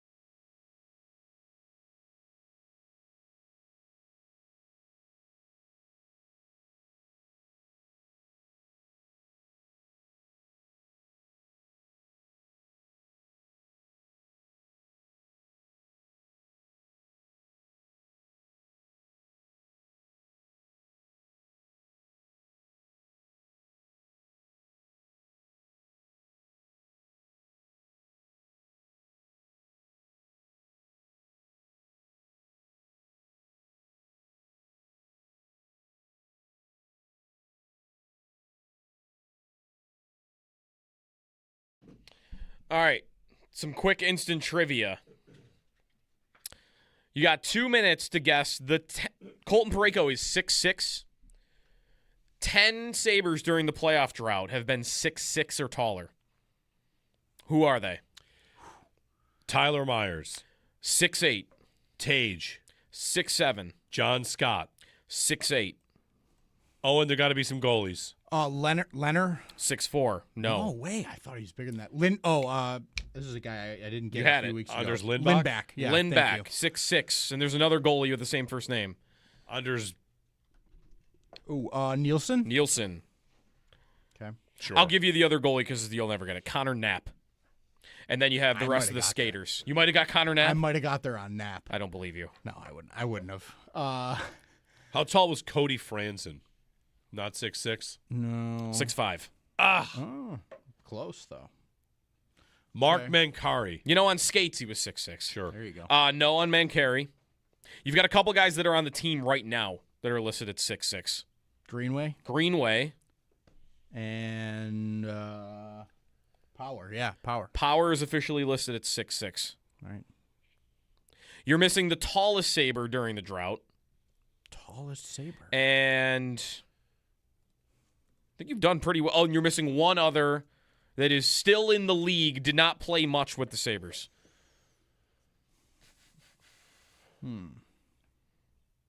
The tallest Sabre during the drought. Joe Finley. Did Joe you say Finley. All right. I'm going home. Joe Finley. That was Yes. good, right? That's the guy they signed to fight people. That was awesome. Yes, did he that- was it six, was eight like- and a half. He was John Scott, kind of before John Scott a little bit. Yep. And then you have a Sabre first-round pick that came in at 6'7". Nikita Zadorov. Nikita Zadorov. Yep. All right. Just missing were Franzen, Kesselring, and Paul Gossad, All right. who did play during the drought. I would have been on this list. 6'7". Congratulations. Yes. 6'7". Parayko 6'6". Yeah, huge. He can scoot too. He can really skate for a guy that size. Shots of audio when we return. We travel around the sports world with Mr. Joe Kelly coming up here on WGR.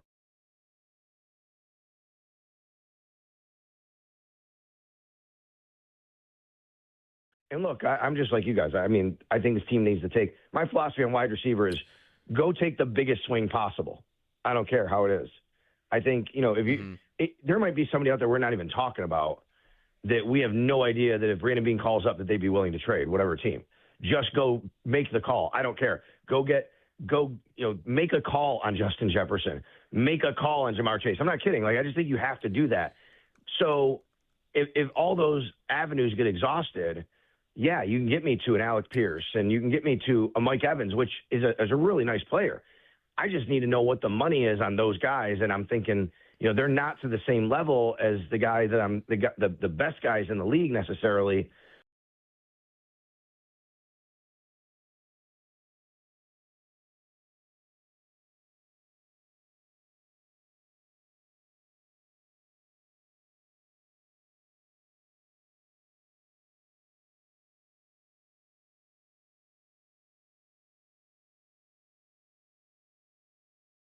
A first and the 9th overall pick just a year ago seems like a hefty price until you see, Joe, you had the tweet about all the first-round picks that have been dealt in the last 10 years that were in the 20s and who those players turned out to be. There might have been 40 names on the list. Yeah. And I think I'd heard of 2 of them. 2 of them. No one. Yeah, it was all the picks that have been traded at deadlines in the last 12 years, like first-round picks. Yeah. Yeah, there was. Honestly, there was no one that stood out enough for me to even remember a name that was like Jack a good player. Roslovic. And right, maybe he was one of. Yeah, he was one of them. There's guys in the. This would be in theory a pick in the 20s, and picks in the 20s. It's the drop off from the top 10 to the 23rd pick is just monstrous. Yeah, we live in a town where we have NHL and NFL drafts, and the NFL draft, a first-round pick, 29th overall, would seem very valuable. We got to be careful not to part with that. 29th pick in the NHL draft is like what? I wouldn't worry about it at all. Maybe Right. it's a good player that's on your team in 2029. It's just, And by this, it's a low percentage shot that it will be. Yeah. Like, it's not, maybe it's a guy at the bottom of your roster. Like, Yoki Haru is on this list. Henry Yoki Haru. He was a first-round pick that had been traded at the deadline. Like, the pick had been traded. Like, that's the list. It's mostly guys that will maybe make the NHL, but it's going to be the bottom of your roster. Right. Guys that get traded every 3 years. Yeah. Oh, well, the former first-round pick. What about this guy? How about him? Right. So I'm not worried about the pick. It would be more about you're trading a top 10 pick from last year and a guy that is your number one defensive prospect by a lot. You don't have as much of a need for him, I guess, because you're kind of locked in on 3 guys at least, right, that are young and good.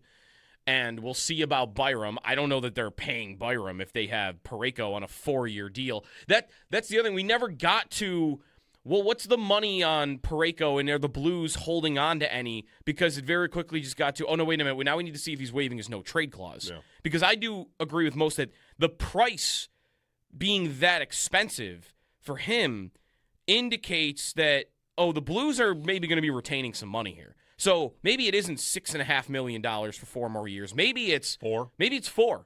And that's a lot more palatable. If he's making a $4 million salary from you for 4 years, you could argue then that you could still pay Byram. That is still a lot of money tied up in 5 defensemen. But you can cross that bridge later. But if it's $6.5 million, that's not happening.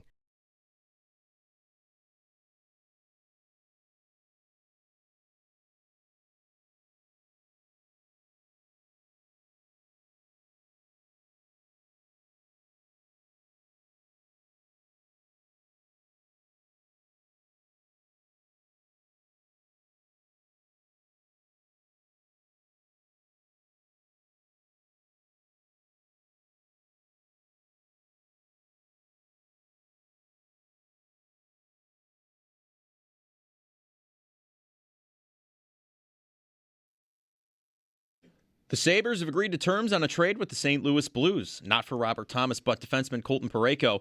The trade is unofficial, though, as Parayko has yet to waive his no-trade clause. We have all of those updates right here for you on WGR.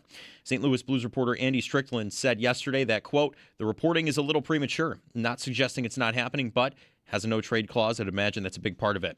The Sabres are in action tonight on the road, taking on the Pittsburgh Penguins. Puck drop is set for 7 o'clock. A big trade in the NFL yesterday. The Chiefs traded cornerback Trent McDuffie to the Rams for a 2026 pick number 29, 5th, and 6th, and a 2027 3rd. Since 2017, the Rams have traded away their own first-round picks every year through present day except for 2024 when they drafted Jared Verse. They still have pick number 13 this year via the Falcons. In other news around the league, Patriots wide receiver Stephon Diggs has been released. The Steelers released tight end Jonnu Smith. NFL Network's Ian Rappaport reports there are just a few teams that would meet the criteria of Philadelphia Eagles and A.J. Brown himself for a potential trade. Colts wide receiver Alec Pierce says he has earned the right to explore free agency, and Athletics general manager David Force said the organization remains open to former Cardinals quarterback Kyler Murray exploring a return to baseball. That's your Paddock Chevrolet Sports Update. Paddock Chevrolet with you for the extra mile since 1935. I'm Joe Cali on Western New York's Voice of the Fan, WGR.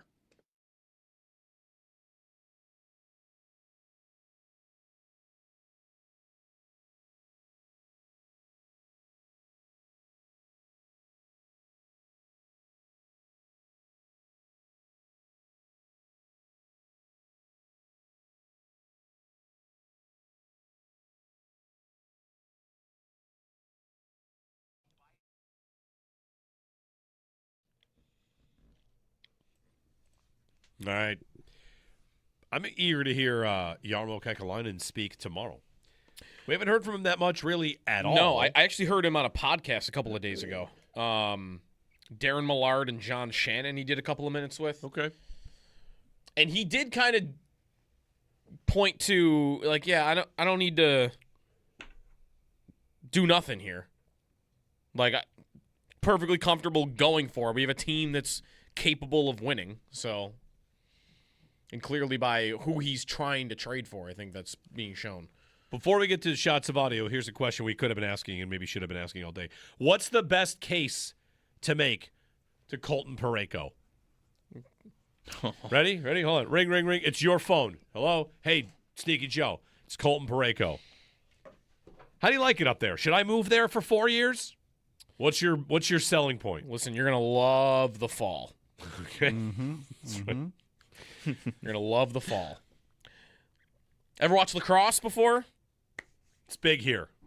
I think you could probably just show them the pop in the crowd when the Sabres walked out of the tunnel the other night. That'll probably be about all you need. He is a Alberta kid that went to college in Alaska. Yes. So he might be into fishing, hunting, nature. Yeah, like take a little day trip out to Letchworth, maybe. Send him the video of the crack in Lake Erie. So he might be able to get some ice fishing in. There you go. If he's from Alaska, or was there? He went to school in Alaska. Went to school there. Yeah. Alaska Fairbanks is where he played college hockey. Isn't the best case? Like, I feel like I've heard NHL players say this. Like, you could sell your house and get a house 3 times as big. That's true. Basically, just move and come here. Would that be true compared to St. Louis? Compared to most places, yeah, it can be true. Yep. I don't know. Good luck, Colton Parayko. Feels bad that it hasn't happened yet, right? I am right on the fence. I don't know. I want to say that it's not. That if he really was against it, it would already be over. Right. He would have just said, "I'm going to Buffalo." Until the agent would have shot it down. That happened. Remember when Kevin Weeks reported during the Eichel trade saga that Matthew Tkachuk was like part of an offer, and within minutes, Tkachuk's agent was out there like, he is not going to Buffalo. This is not a trade that's happening. If you are really dead set against it, you could have killed this. What time is it? 9? When did the trade rumor? Like 2 o'clock? You could have shot this down 12 hours ago, 16 hours ago. Yeah. It's a good point. The other thing about it is, I always like to point out, we don't know what we don't know. Mm-hmm. There could be 7 current NHL deals waiting for a player to approve a waiving of a no move. And this is just one of the 7. This is the only one that was just reported prematurely. Well, there was a Utah one yesterday that was reported, right? Utah with Uyghur and the Myers thing took a week. Yeah, they reported it that Uyghur was getting traded, and it was hours before it was, okay, he's going to waive. Right. And Tyler Myers got traded yesterday, and it was reported he was going to Detroit a week ago. Yeah. It's a weird insiders getting greedy, apparently. I don't know what's going on with them, but they got to maybe pump the brakes a little. All right, let's get to Shots of Audio, brought to you by Outlet Liquor. Joe Kelly delivers us some of the best audio from around the sports world and nearly anywhere. So it's Outlet Liquor's best shots of audio, powered by Outlet Liquor. When you need to stock up, it's a place to buy a case. What's your outlet? Take it away, friend of arborists, Joe Kelly. Well, there's a lot. The line outside the door is like halfway down the street at this point. Lots of audio circulating this week, so we had to comb through it all. Yeah. We've talked about nicknames at different points for the players and everything like that, and what appropriate time to use it. A referee got involved in the NBA here. It speaks for itself. Here we go. After review, it has been determined that after the whistle blew, the contact by the Joker is marginal and does not rise to the level of unsportsmanlike. SGA throws the ball. That is an unsportsmanlike act. The technical foul on SGA. That'll be SGA, I get, because the name's super long, all of that. I'm into all of it. I think it's great. The Joker? The Joker. 100%. The contact by the Joker does not totally into it. Yeah. So good. That is awesome. It's awesome, yeah. You want NFL refs to start doing it? Speaking of SGA, I really need the Bills to have a player with a 3-letter name. I want that. JFM, John Franklin Myers. Let's go for it. I want one of those. JSN. Like JSN, yes. Mm-hmm. I want a 3-letter guy. CMC. It's a good one. Sure. CMC. It's a sign of a good team. KCC. Mm-hmm. Yeah, but we found out he's not KC Concepcion. He's Kevin Concepcion. They call him KC. I know. That puts a wrench in that.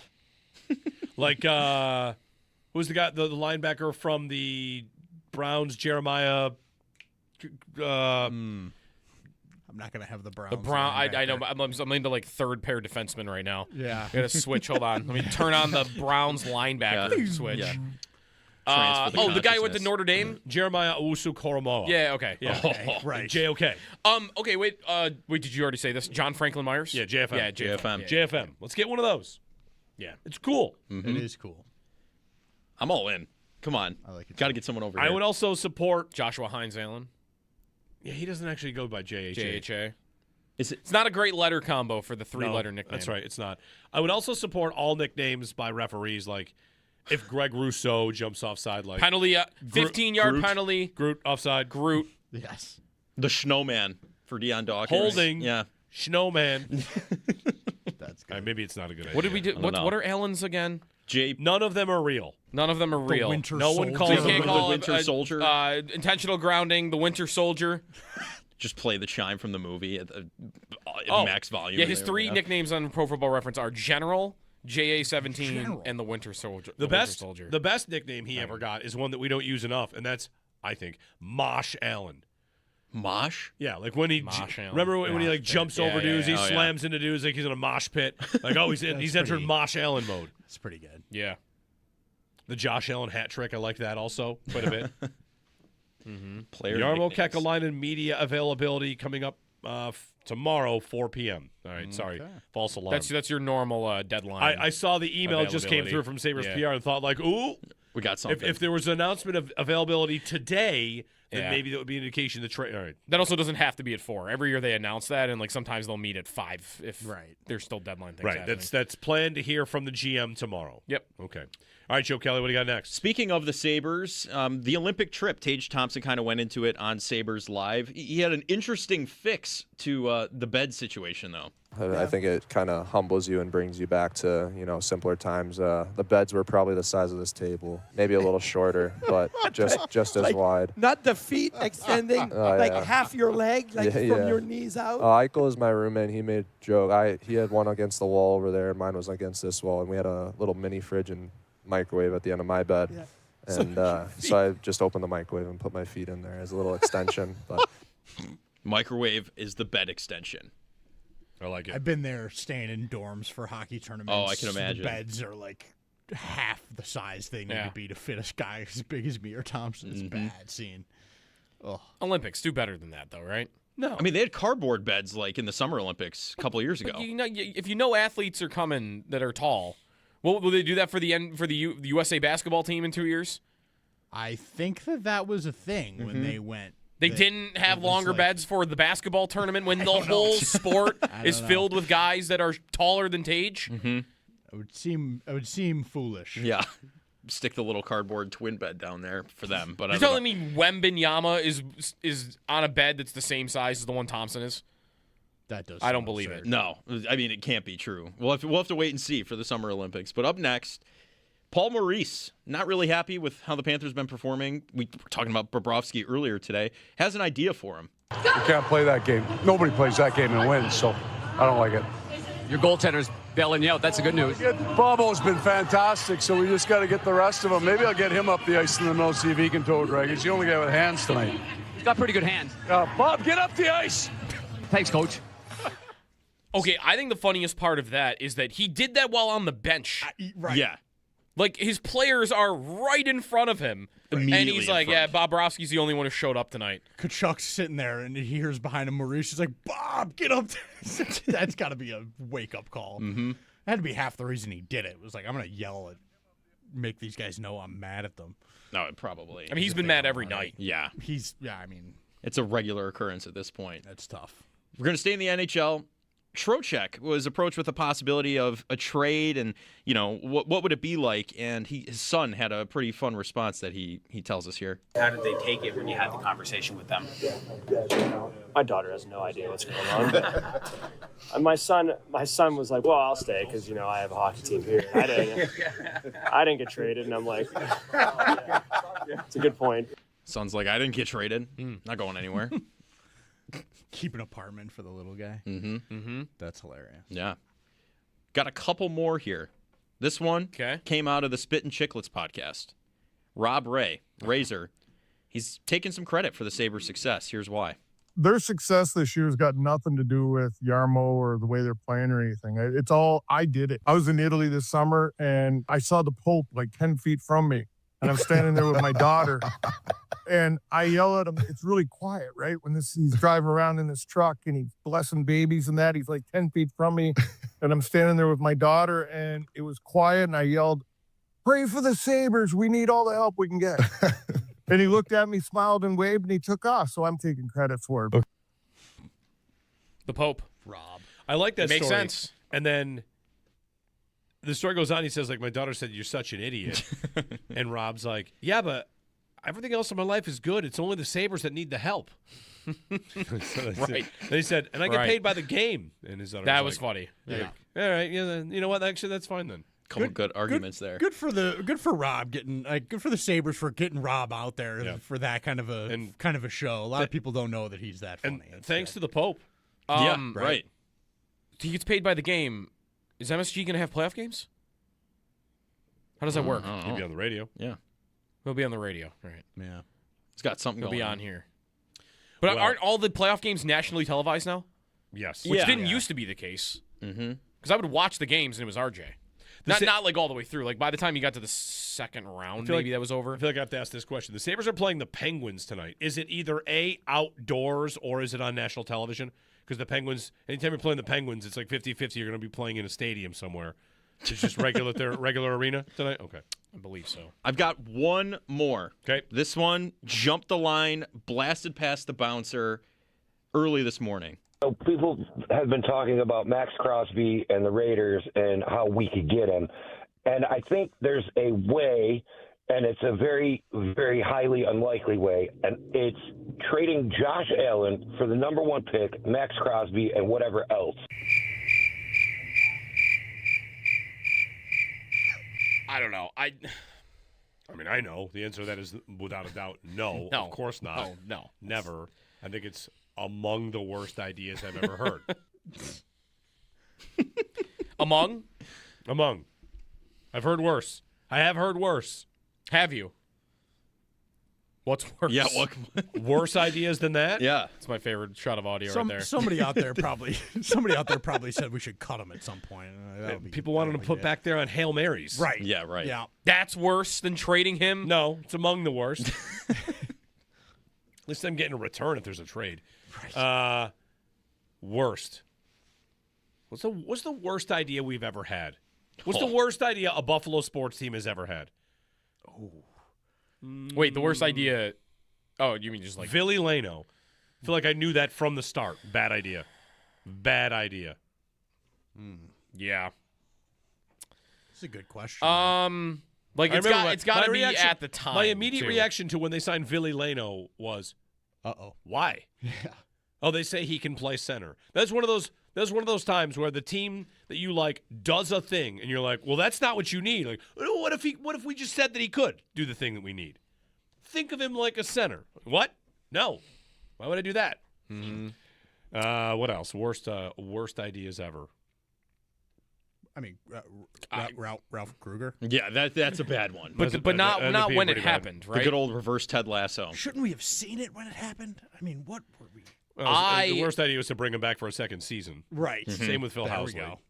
Because I'm thinking more of ideas where like you knew right at the time, like, oh, this is all right. not How gonna go about well. that Turnberger Sabres jersey? Yeah, that was a bad one. Right away, everybody knew like that's not good. That was a bad jersey. I saw someone in the crowd the other night with that jersey, Vanek on the back, and thought like, you need help. That can't. And I'm like, he wore that jersey. We let him wear that jersey, and then I found a picture of him and Miller wearing the jersey. Oh man, how'd they let that happen? That's the one thing I don't need to ever be brought back like vintage. We did it with the goat head. The slug, it's starting to happen. Yeah, we got to get that. The slug logo is becoming a fashion it's item. Becoming a cult classic. Yep. Yeah. Last time they were good. Kevin Adams is the GM at the time. That was one of them. Yeah. We all knew right. that. No experience. Everybody knew Yeah. that. Yeah. Immediately. Oh, why is this guy hired? Oh, because they'll fire everybody. Okay. That seems like a good idea. Yesterday with Paul, we didn't talk about this with Paul today. Yesterday with Paul, when we talked about the Robert Thomas idea, he suggested that might pave the way for Tuck leaving. Mm-hmm. And when I brought up the idea of Tuck leaving, I said, I feel like the Sabres are in a position where they don't have to feel so desperate. And it was Paul's belief that if Tuck leaves, you would have some fans, like I use the term fan revolt, And he's of the belief that if Tuck were to leave, there'd be a big problem. It would be a very unpopular move for Tuck to leave in free agency. I think it would be unpopular. I don't think it would be a revolt. No. I don't see how people will be that upset if they have. It depends what the season ends in. If they've won a round, they made the conference finals, and then he leaves. Sure, you might be disappointed, but revolt, I can't get there. But I do think people would be upset. Sure, it's a good player. He is one of your best scorers, right? He's your third leading scorer on the team. And, if you are a great team and my top line right winger just left, that'll hurt. Yeah. It will also, though, depend if they have not replaced him with anything. That's what I was just going to say. If you lose Tuck for nothing, there will be something else brought in to replace that. And unless that's a catastrophe, I think that the goodwill you've bought yourself this season saves you from any kind of real sort of harsh, you messed up here. They say they go, win a round against Montreal in the first round here. Tuck walks. He signs for 10.5 in Dallas, right? And the Sabres sign who? What do you want to? They trade for Thomas then, right? Say they do that in the summer. Yeah. I think everybody's like, all right. I mean, everybody's happy then because you actually got a better player who's 5 years younger. I agree, but I think, or even if it's all right. So then let's take it a step further than that. You don't quite get Thomas.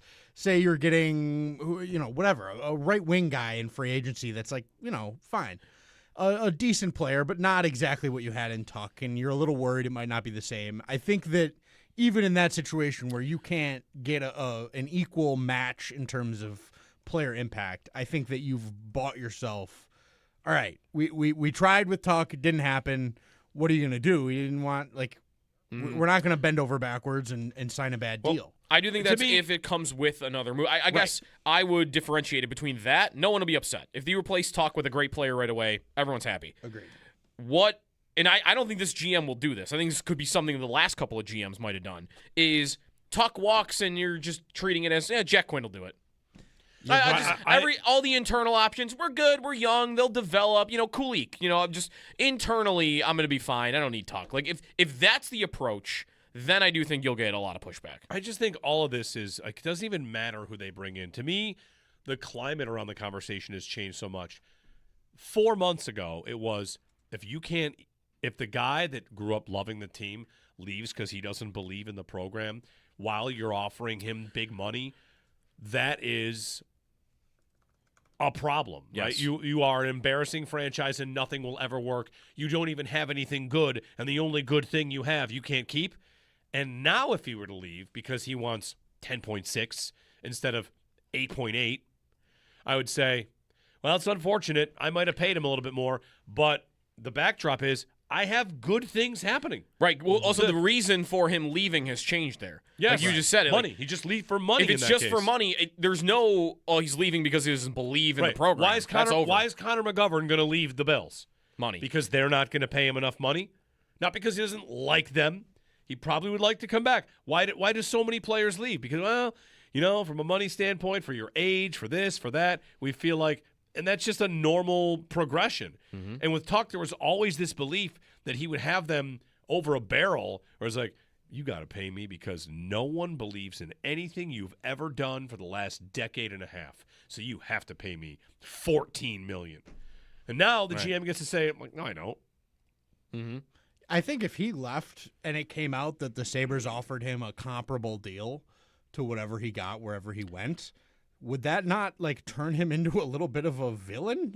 It would. I would be stunned if that's the case. I agree. Villain might be high. But villain might be tough. Let's talk about other players that have left because they got paid.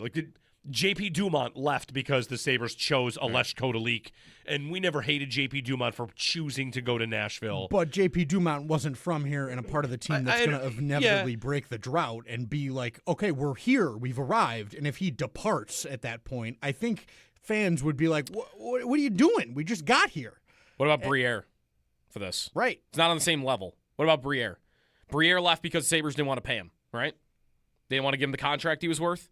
Right? They really lowballed him like half the value. Well, that's kind of what it sounds like on Tuck right now. It's not half. It's not quite that. They are They are $2.5 million below what his market is right now. If from the last report, they are far below what he probably would get. That's why I don't believe that it's in the cards what Owen just laid out. I do think it would be different if someone offered him 10.7 and the Sabres offered 10.5 and he chose to leave.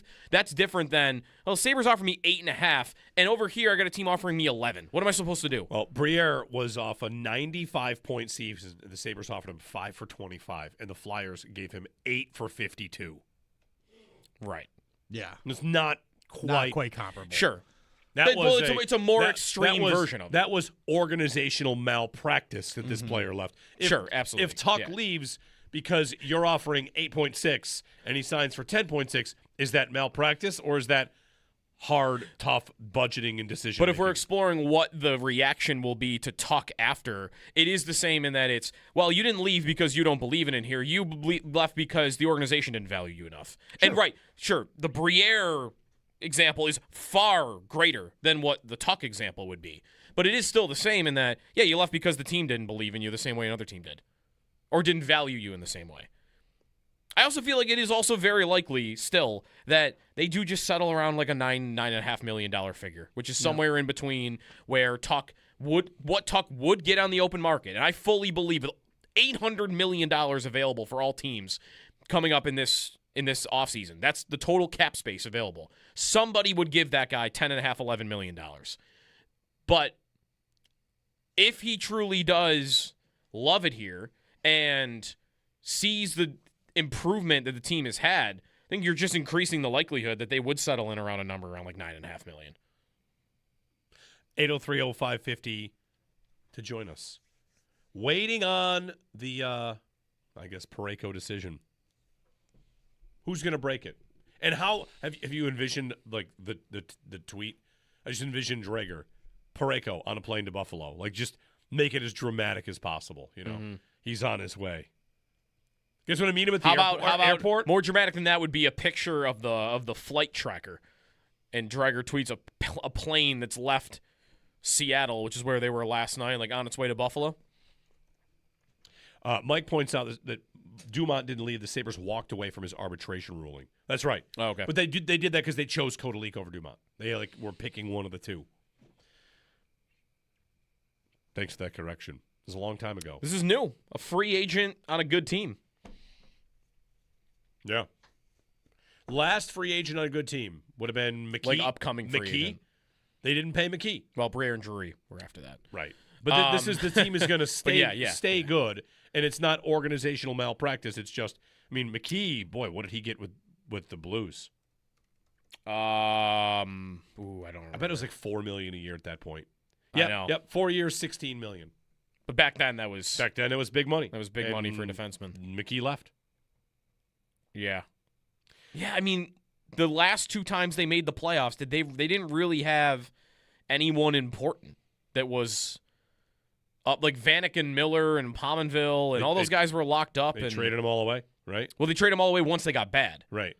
Like when they were good, there was no decision that I can remember on a guy like, well, I got to decide whether to keep this guy as a part of the core. Like their core during those times was all locked up. I think. Yeah. I'm looking at the last team that made it. They win the second in the Northeast in 2011, and I can't think of anybody that really left in free agency. Everybody was kind of sent off. It was like Leopold, one of those guys, maybe. I don't know. Yeah, we'll get a call in on the other side. 803-0550 here on WGR.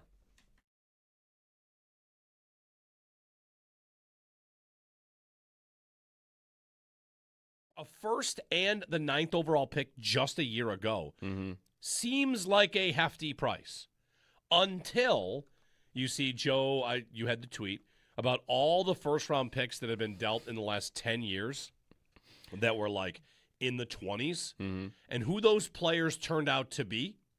There might have been 40 names on the list. Yeah. And I think I'd heard of two of them. No one. Yeah, it was a list of – it was all the picks that have been traded at deadlines in the last 12 years, like first-round picks. Yeah.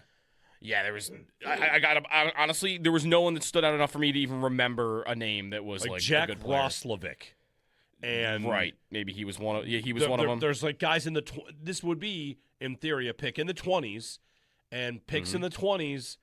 It's the drop off from the top 10 to the 23rd pick is just monstrous. Yeah, we live in a town where we have NHL and NFL drafts, and the NFL draft, a first round pick, 29th overall, would seem very valuable. We got to be careful not to part with that.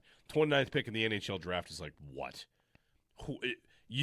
I wouldn't worry about it at all. Maybe it's a good player that's on your team in 2029. It's just, And by this, it's a low percentage shot that it will be. Yeah. Like, it's not, maybe it's a guy at the bottom of your roster. Like, Yoki Haru is on this list. Yoki Haru. He was a first-round pick that had been traded at the deadline. Like, the pick had been traded. Like, that's the list. It's mostly guys that will maybe make the NHL, but it's going to be the bottom of your roster. Right. Guys that get traded every 3 years. Yeah. Oh, the former first-round pick. What about this guy? How about him? Right. Yeah. So I'm not worried about the pick. It would be more about you're trading a top 10 pick from last year and a guy that is your number one defensive prospect by a lot. You don't have as much of a need for him, I guess, because you're kind of locked in on 3 guys at least, right, that are young and good.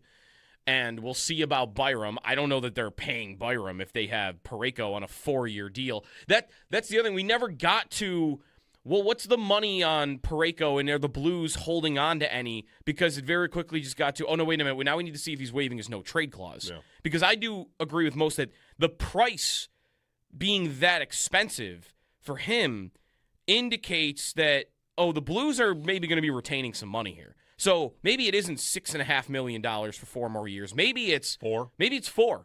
And that's a lot more palatable. If he's making a $4 million salary from you for 4 years, you could argue then that you could still pay Byram. That is still a lot of money tied up in 5 defensemen. But you can cross that bridge later. But if it's $6.5 million, that's not happening.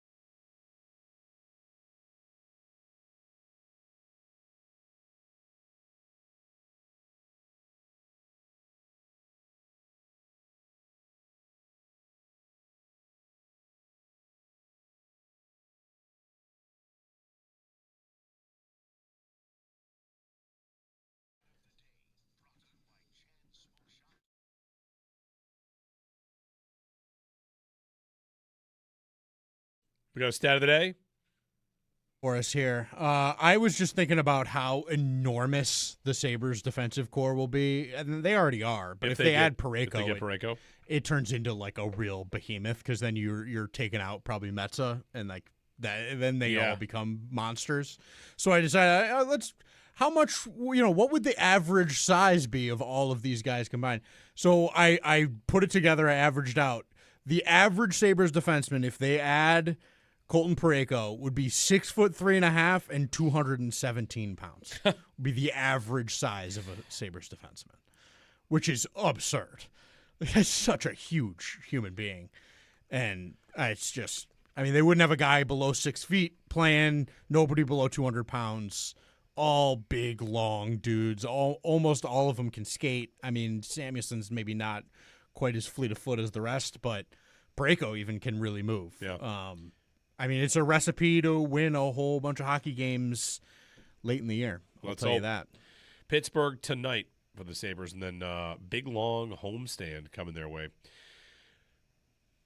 7 o'clock face-off. Luukkonen tonight. Okay. I would assume. I would think so. No Crosby. No. I can't believe they're going to – they've only played 2 games, by the way, since the Olympic break. Like, that they're going to keep going like this with Ben Kindle as their number 1 center? Yeah, it seems unlikely. I mean, last time the Sabres played them. No offense to Ben Kindle. That guy, Avery something. Avery Hayes. Yeah, he ripped them up. Yeah. He's in the lineup tonight. All right. Avery Hayes anytime. I'm on it. I like it. All right, we're going to call in here. Mark in the car. Mark, good morning. Hi, thanks a lot for taking my call. I was wondering what people would think if Tuch wasn't re-signed, who the winner of the Jack Eichel trade is. Sabres don't sign Alex Tuch, who won the Eichel trade. I mean, it doesn't matter, would be my answer.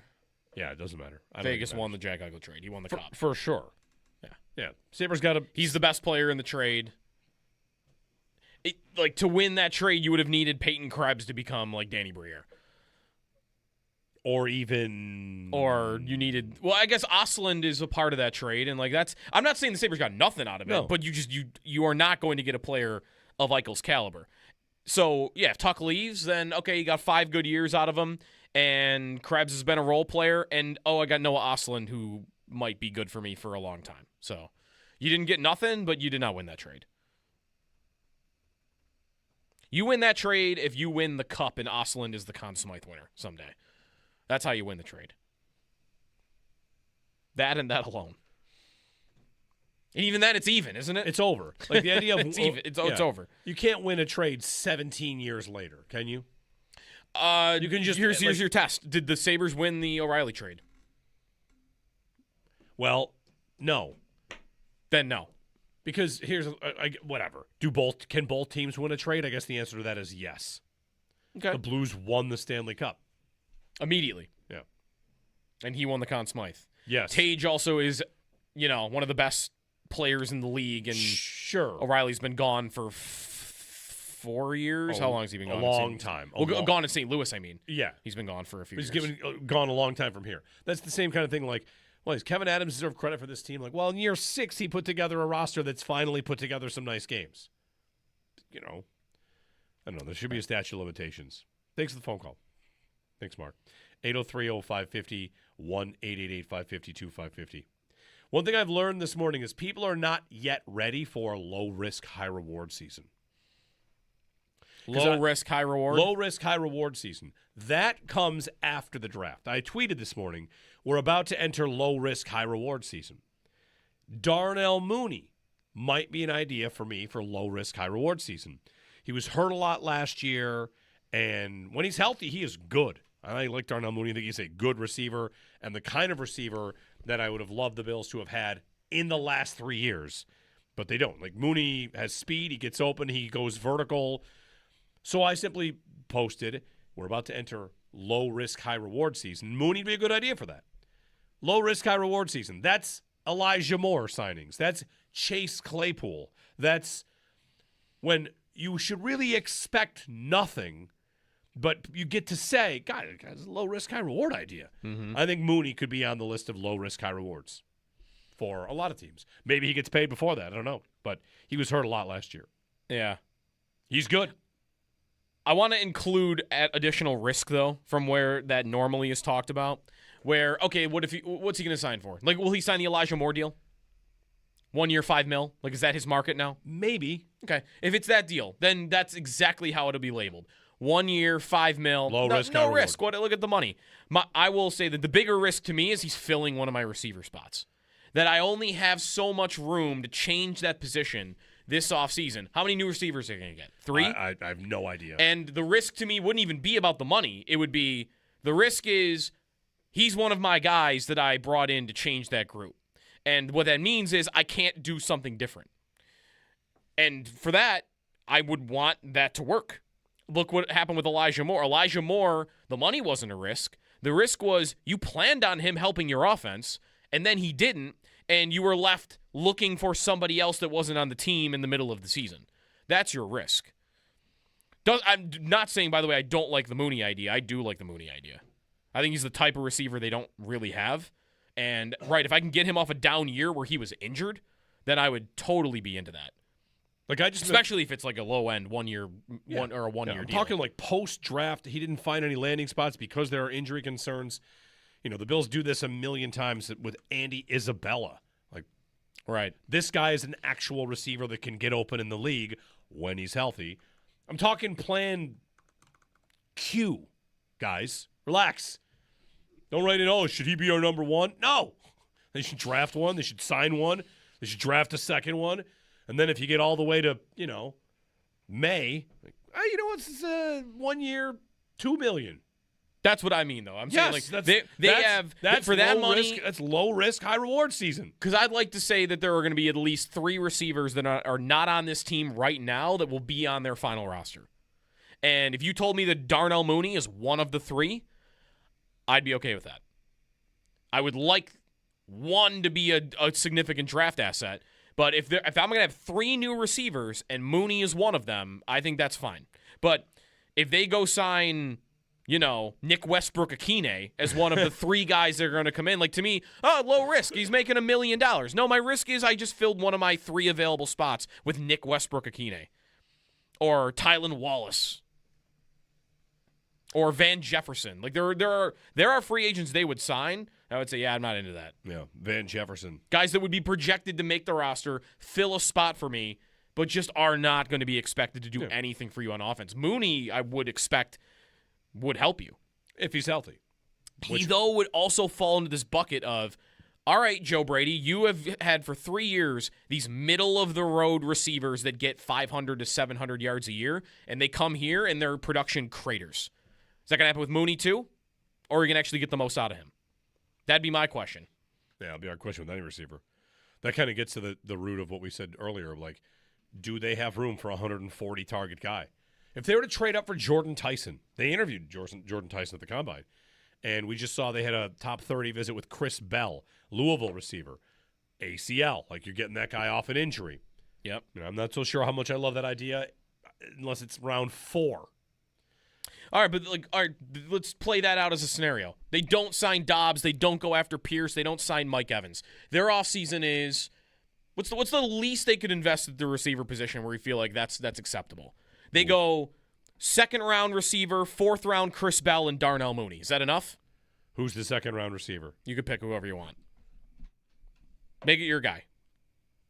Who would be your 2nd-round guy? My 2nd-round guy? Is there a 2nd-round guy? Probably my 2nd-round guy. Who's my 2nd-round guy? I want to make my 2nd-round a guy that I didn't think would make it to the 2nd round. Right. Who's the fast guy that's getting compared to Tyreek Hill? They ran the super fast 40. Brennan Thompson, not that guy. Okay. Not him. Who's the 2nd-round receiver? That's a good question. Chris Brazell? I think he's like 3rd. I don't think he's Elijah Surratt? Nope, not interested. He's Ian Strong? No. Jacoby Lane, Chris Bell, we already got to him. Jeremy Bernard? Alabama? Maybe is there not a 2nd-round guy that fits here? Put it this way. There's no way. Sure, I'll make this prediction. There's no way the biggest investment they make at the position is a 2nd-round pick. There you go. All right. If they do a 2nd-round pick, it's because they signed Mike Evans. or they signed a guy and Mooney's not that and went a second-round pick. No. They can't have it be where their biggest investment is a second. If it's Jordan Tyson, yeah. If it's a first, okay. Mm-hmm. But it being a second would be scary. Even if the next two highest were like Chris Bell in the fourth and Darnell Mooney in free agency? Yeah, can't do that. Nope. Okay. Not good enough. Not good enough. I think the GM is under enough pressure to make a move the caliber of one of these trades, one of these names out there. There are pipe dreams and there are pipe dreams. Some people view Jefferson as the dream. Meanwhile, I'd be like, my dream might be Olave. Don't I have to give up less? My dream might be Garrett Wilson. My dream might be turning into A.J. Brown. I'm starting to like that idea more and more. In part because I don't believe that any of these other ideas are real. Right. Like Jefferson's not getting traded. I don't think he's getting traded. Why would the Saints trade Olave? They might actually be on the uptick. Same. Like why would the Saints trade Olave? Why would the Jets trade Garrett Wilson? The Jets maybe could. The Jets should, of course, want to tank, and they franchise tagged Breece Hall, maybe to trade him. If the Jets are smart, I think what's funny is if the Jets are smart, they would trade Breece Hall at the deadline. That's what you do. You franchise him. He's on your roster. Yeah. Then you get to the deadline, and you retain salary, send him to a contender, and get the most you can for Breece Hall. That would be 100% my plan for the Jets. I think what's so funny is that the guy that I feel like is the most likely, maybe next to Brown, to be traded this offseason, that is a guy the Bills have been connected to, is Waddle. Jalen Waddle, it makes all the sense in the world. He will be traded this offseason, and the Bills were tied to him at the deadline, and he's just not on the radar right now, right? No. There's no chatter about that. Not a lot. But there's no reason Miami would keep going with him and not sell him around the draft especially. Like, they're tanking.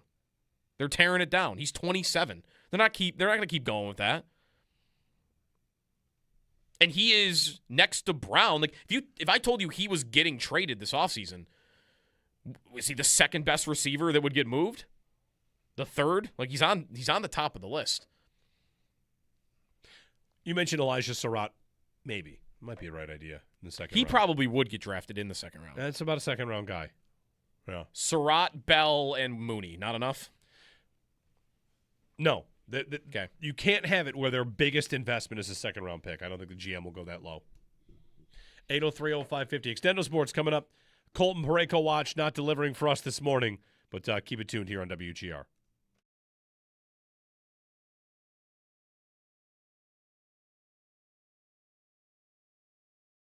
Sal, we found out yesterday, also Tim Graham of the Athletic reporting that Connor McGovern has not heard from the Bills, and maybe hitting the open market is something that they think he has earned the right to do. I don't know if we would have expected the Bills to reach out to McGovern in the meantime with any sort of check-in with us, but he thinks this means it's over for him, which maybe that does not come as a surprise. We're kind of prepped. I feel like we've been prepped to see the center market go nuts, and he's number 2 on the pecking order in terms of who's going to get paid.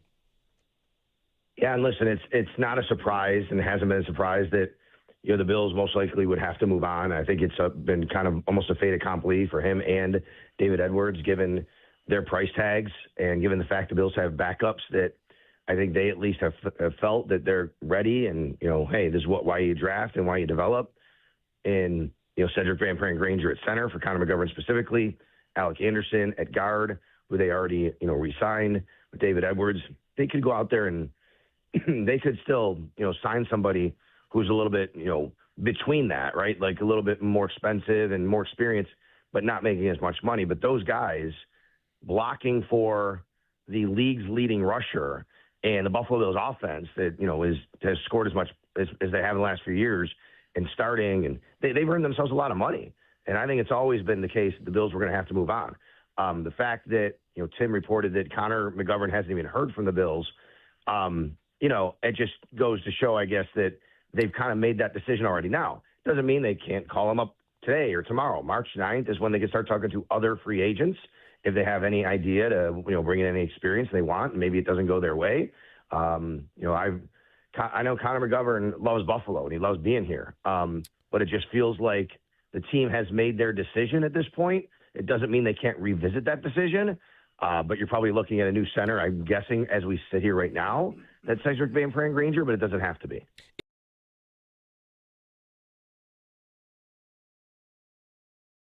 And look, I'm just like you guys. I mean, I think this team needs to take – my philosophy on wide receiver is go take the biggest swing possible. I don't care how it is. I think, if you there might be somebody out there we're not even talking about that we have no idea that if Brandon Beane calls up that they'd be willing to trade, whatever team. Just go make the call. I don't care. Make a call on Justin Jefferson. Make a call on Jamar Chase. I'm not kidding. I just think you have to do that. So if all those avenues get exhausted – yeah, you can get me to an Alec Pierce, and you can get me to a Mike Evans, which is a really nice player. I just need to know what the money is on those guys, and I'm thinking, they're not to the same level as the guy that I'm the best guys in the league necessarily.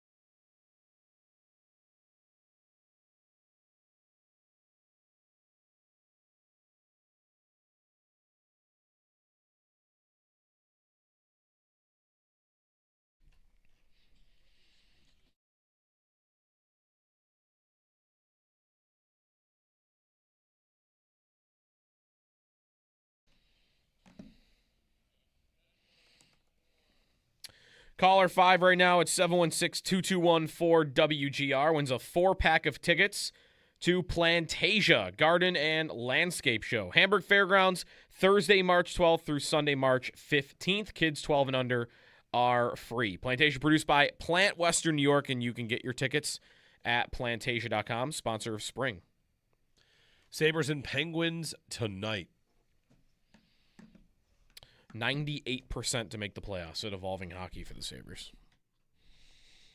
Just checking out Chris Trapasso. He just tweeted out a link. He's got his own draft website. If you go to Chris's Twitter page, Chris Trapasso, he tweeted out the link, the NFL Draft Guidebook, which is Draft Gradebook. DraftGradebook.com. Okay. Historical drafts. Mm-hmm. Sort by position. Don't mind if I do. He has Mekhi Lemon, his highest graded receiver. Okay. Remember Chris last year had, who do you have number one? He's someone crazy number one. He had I can tell you. Pierce, right? Burden.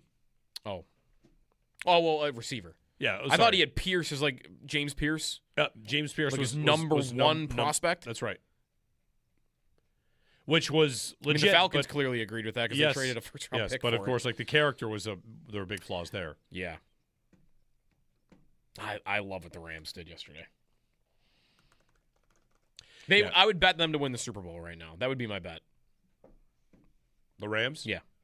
Stafford's got to stay healthy. I already have a Jags bet to win the AFC, but I would pick Rams to win the Super Bowl. We're back tomorrow. What else to wrap up today? It's going to be warmish. You know what I did yesterday?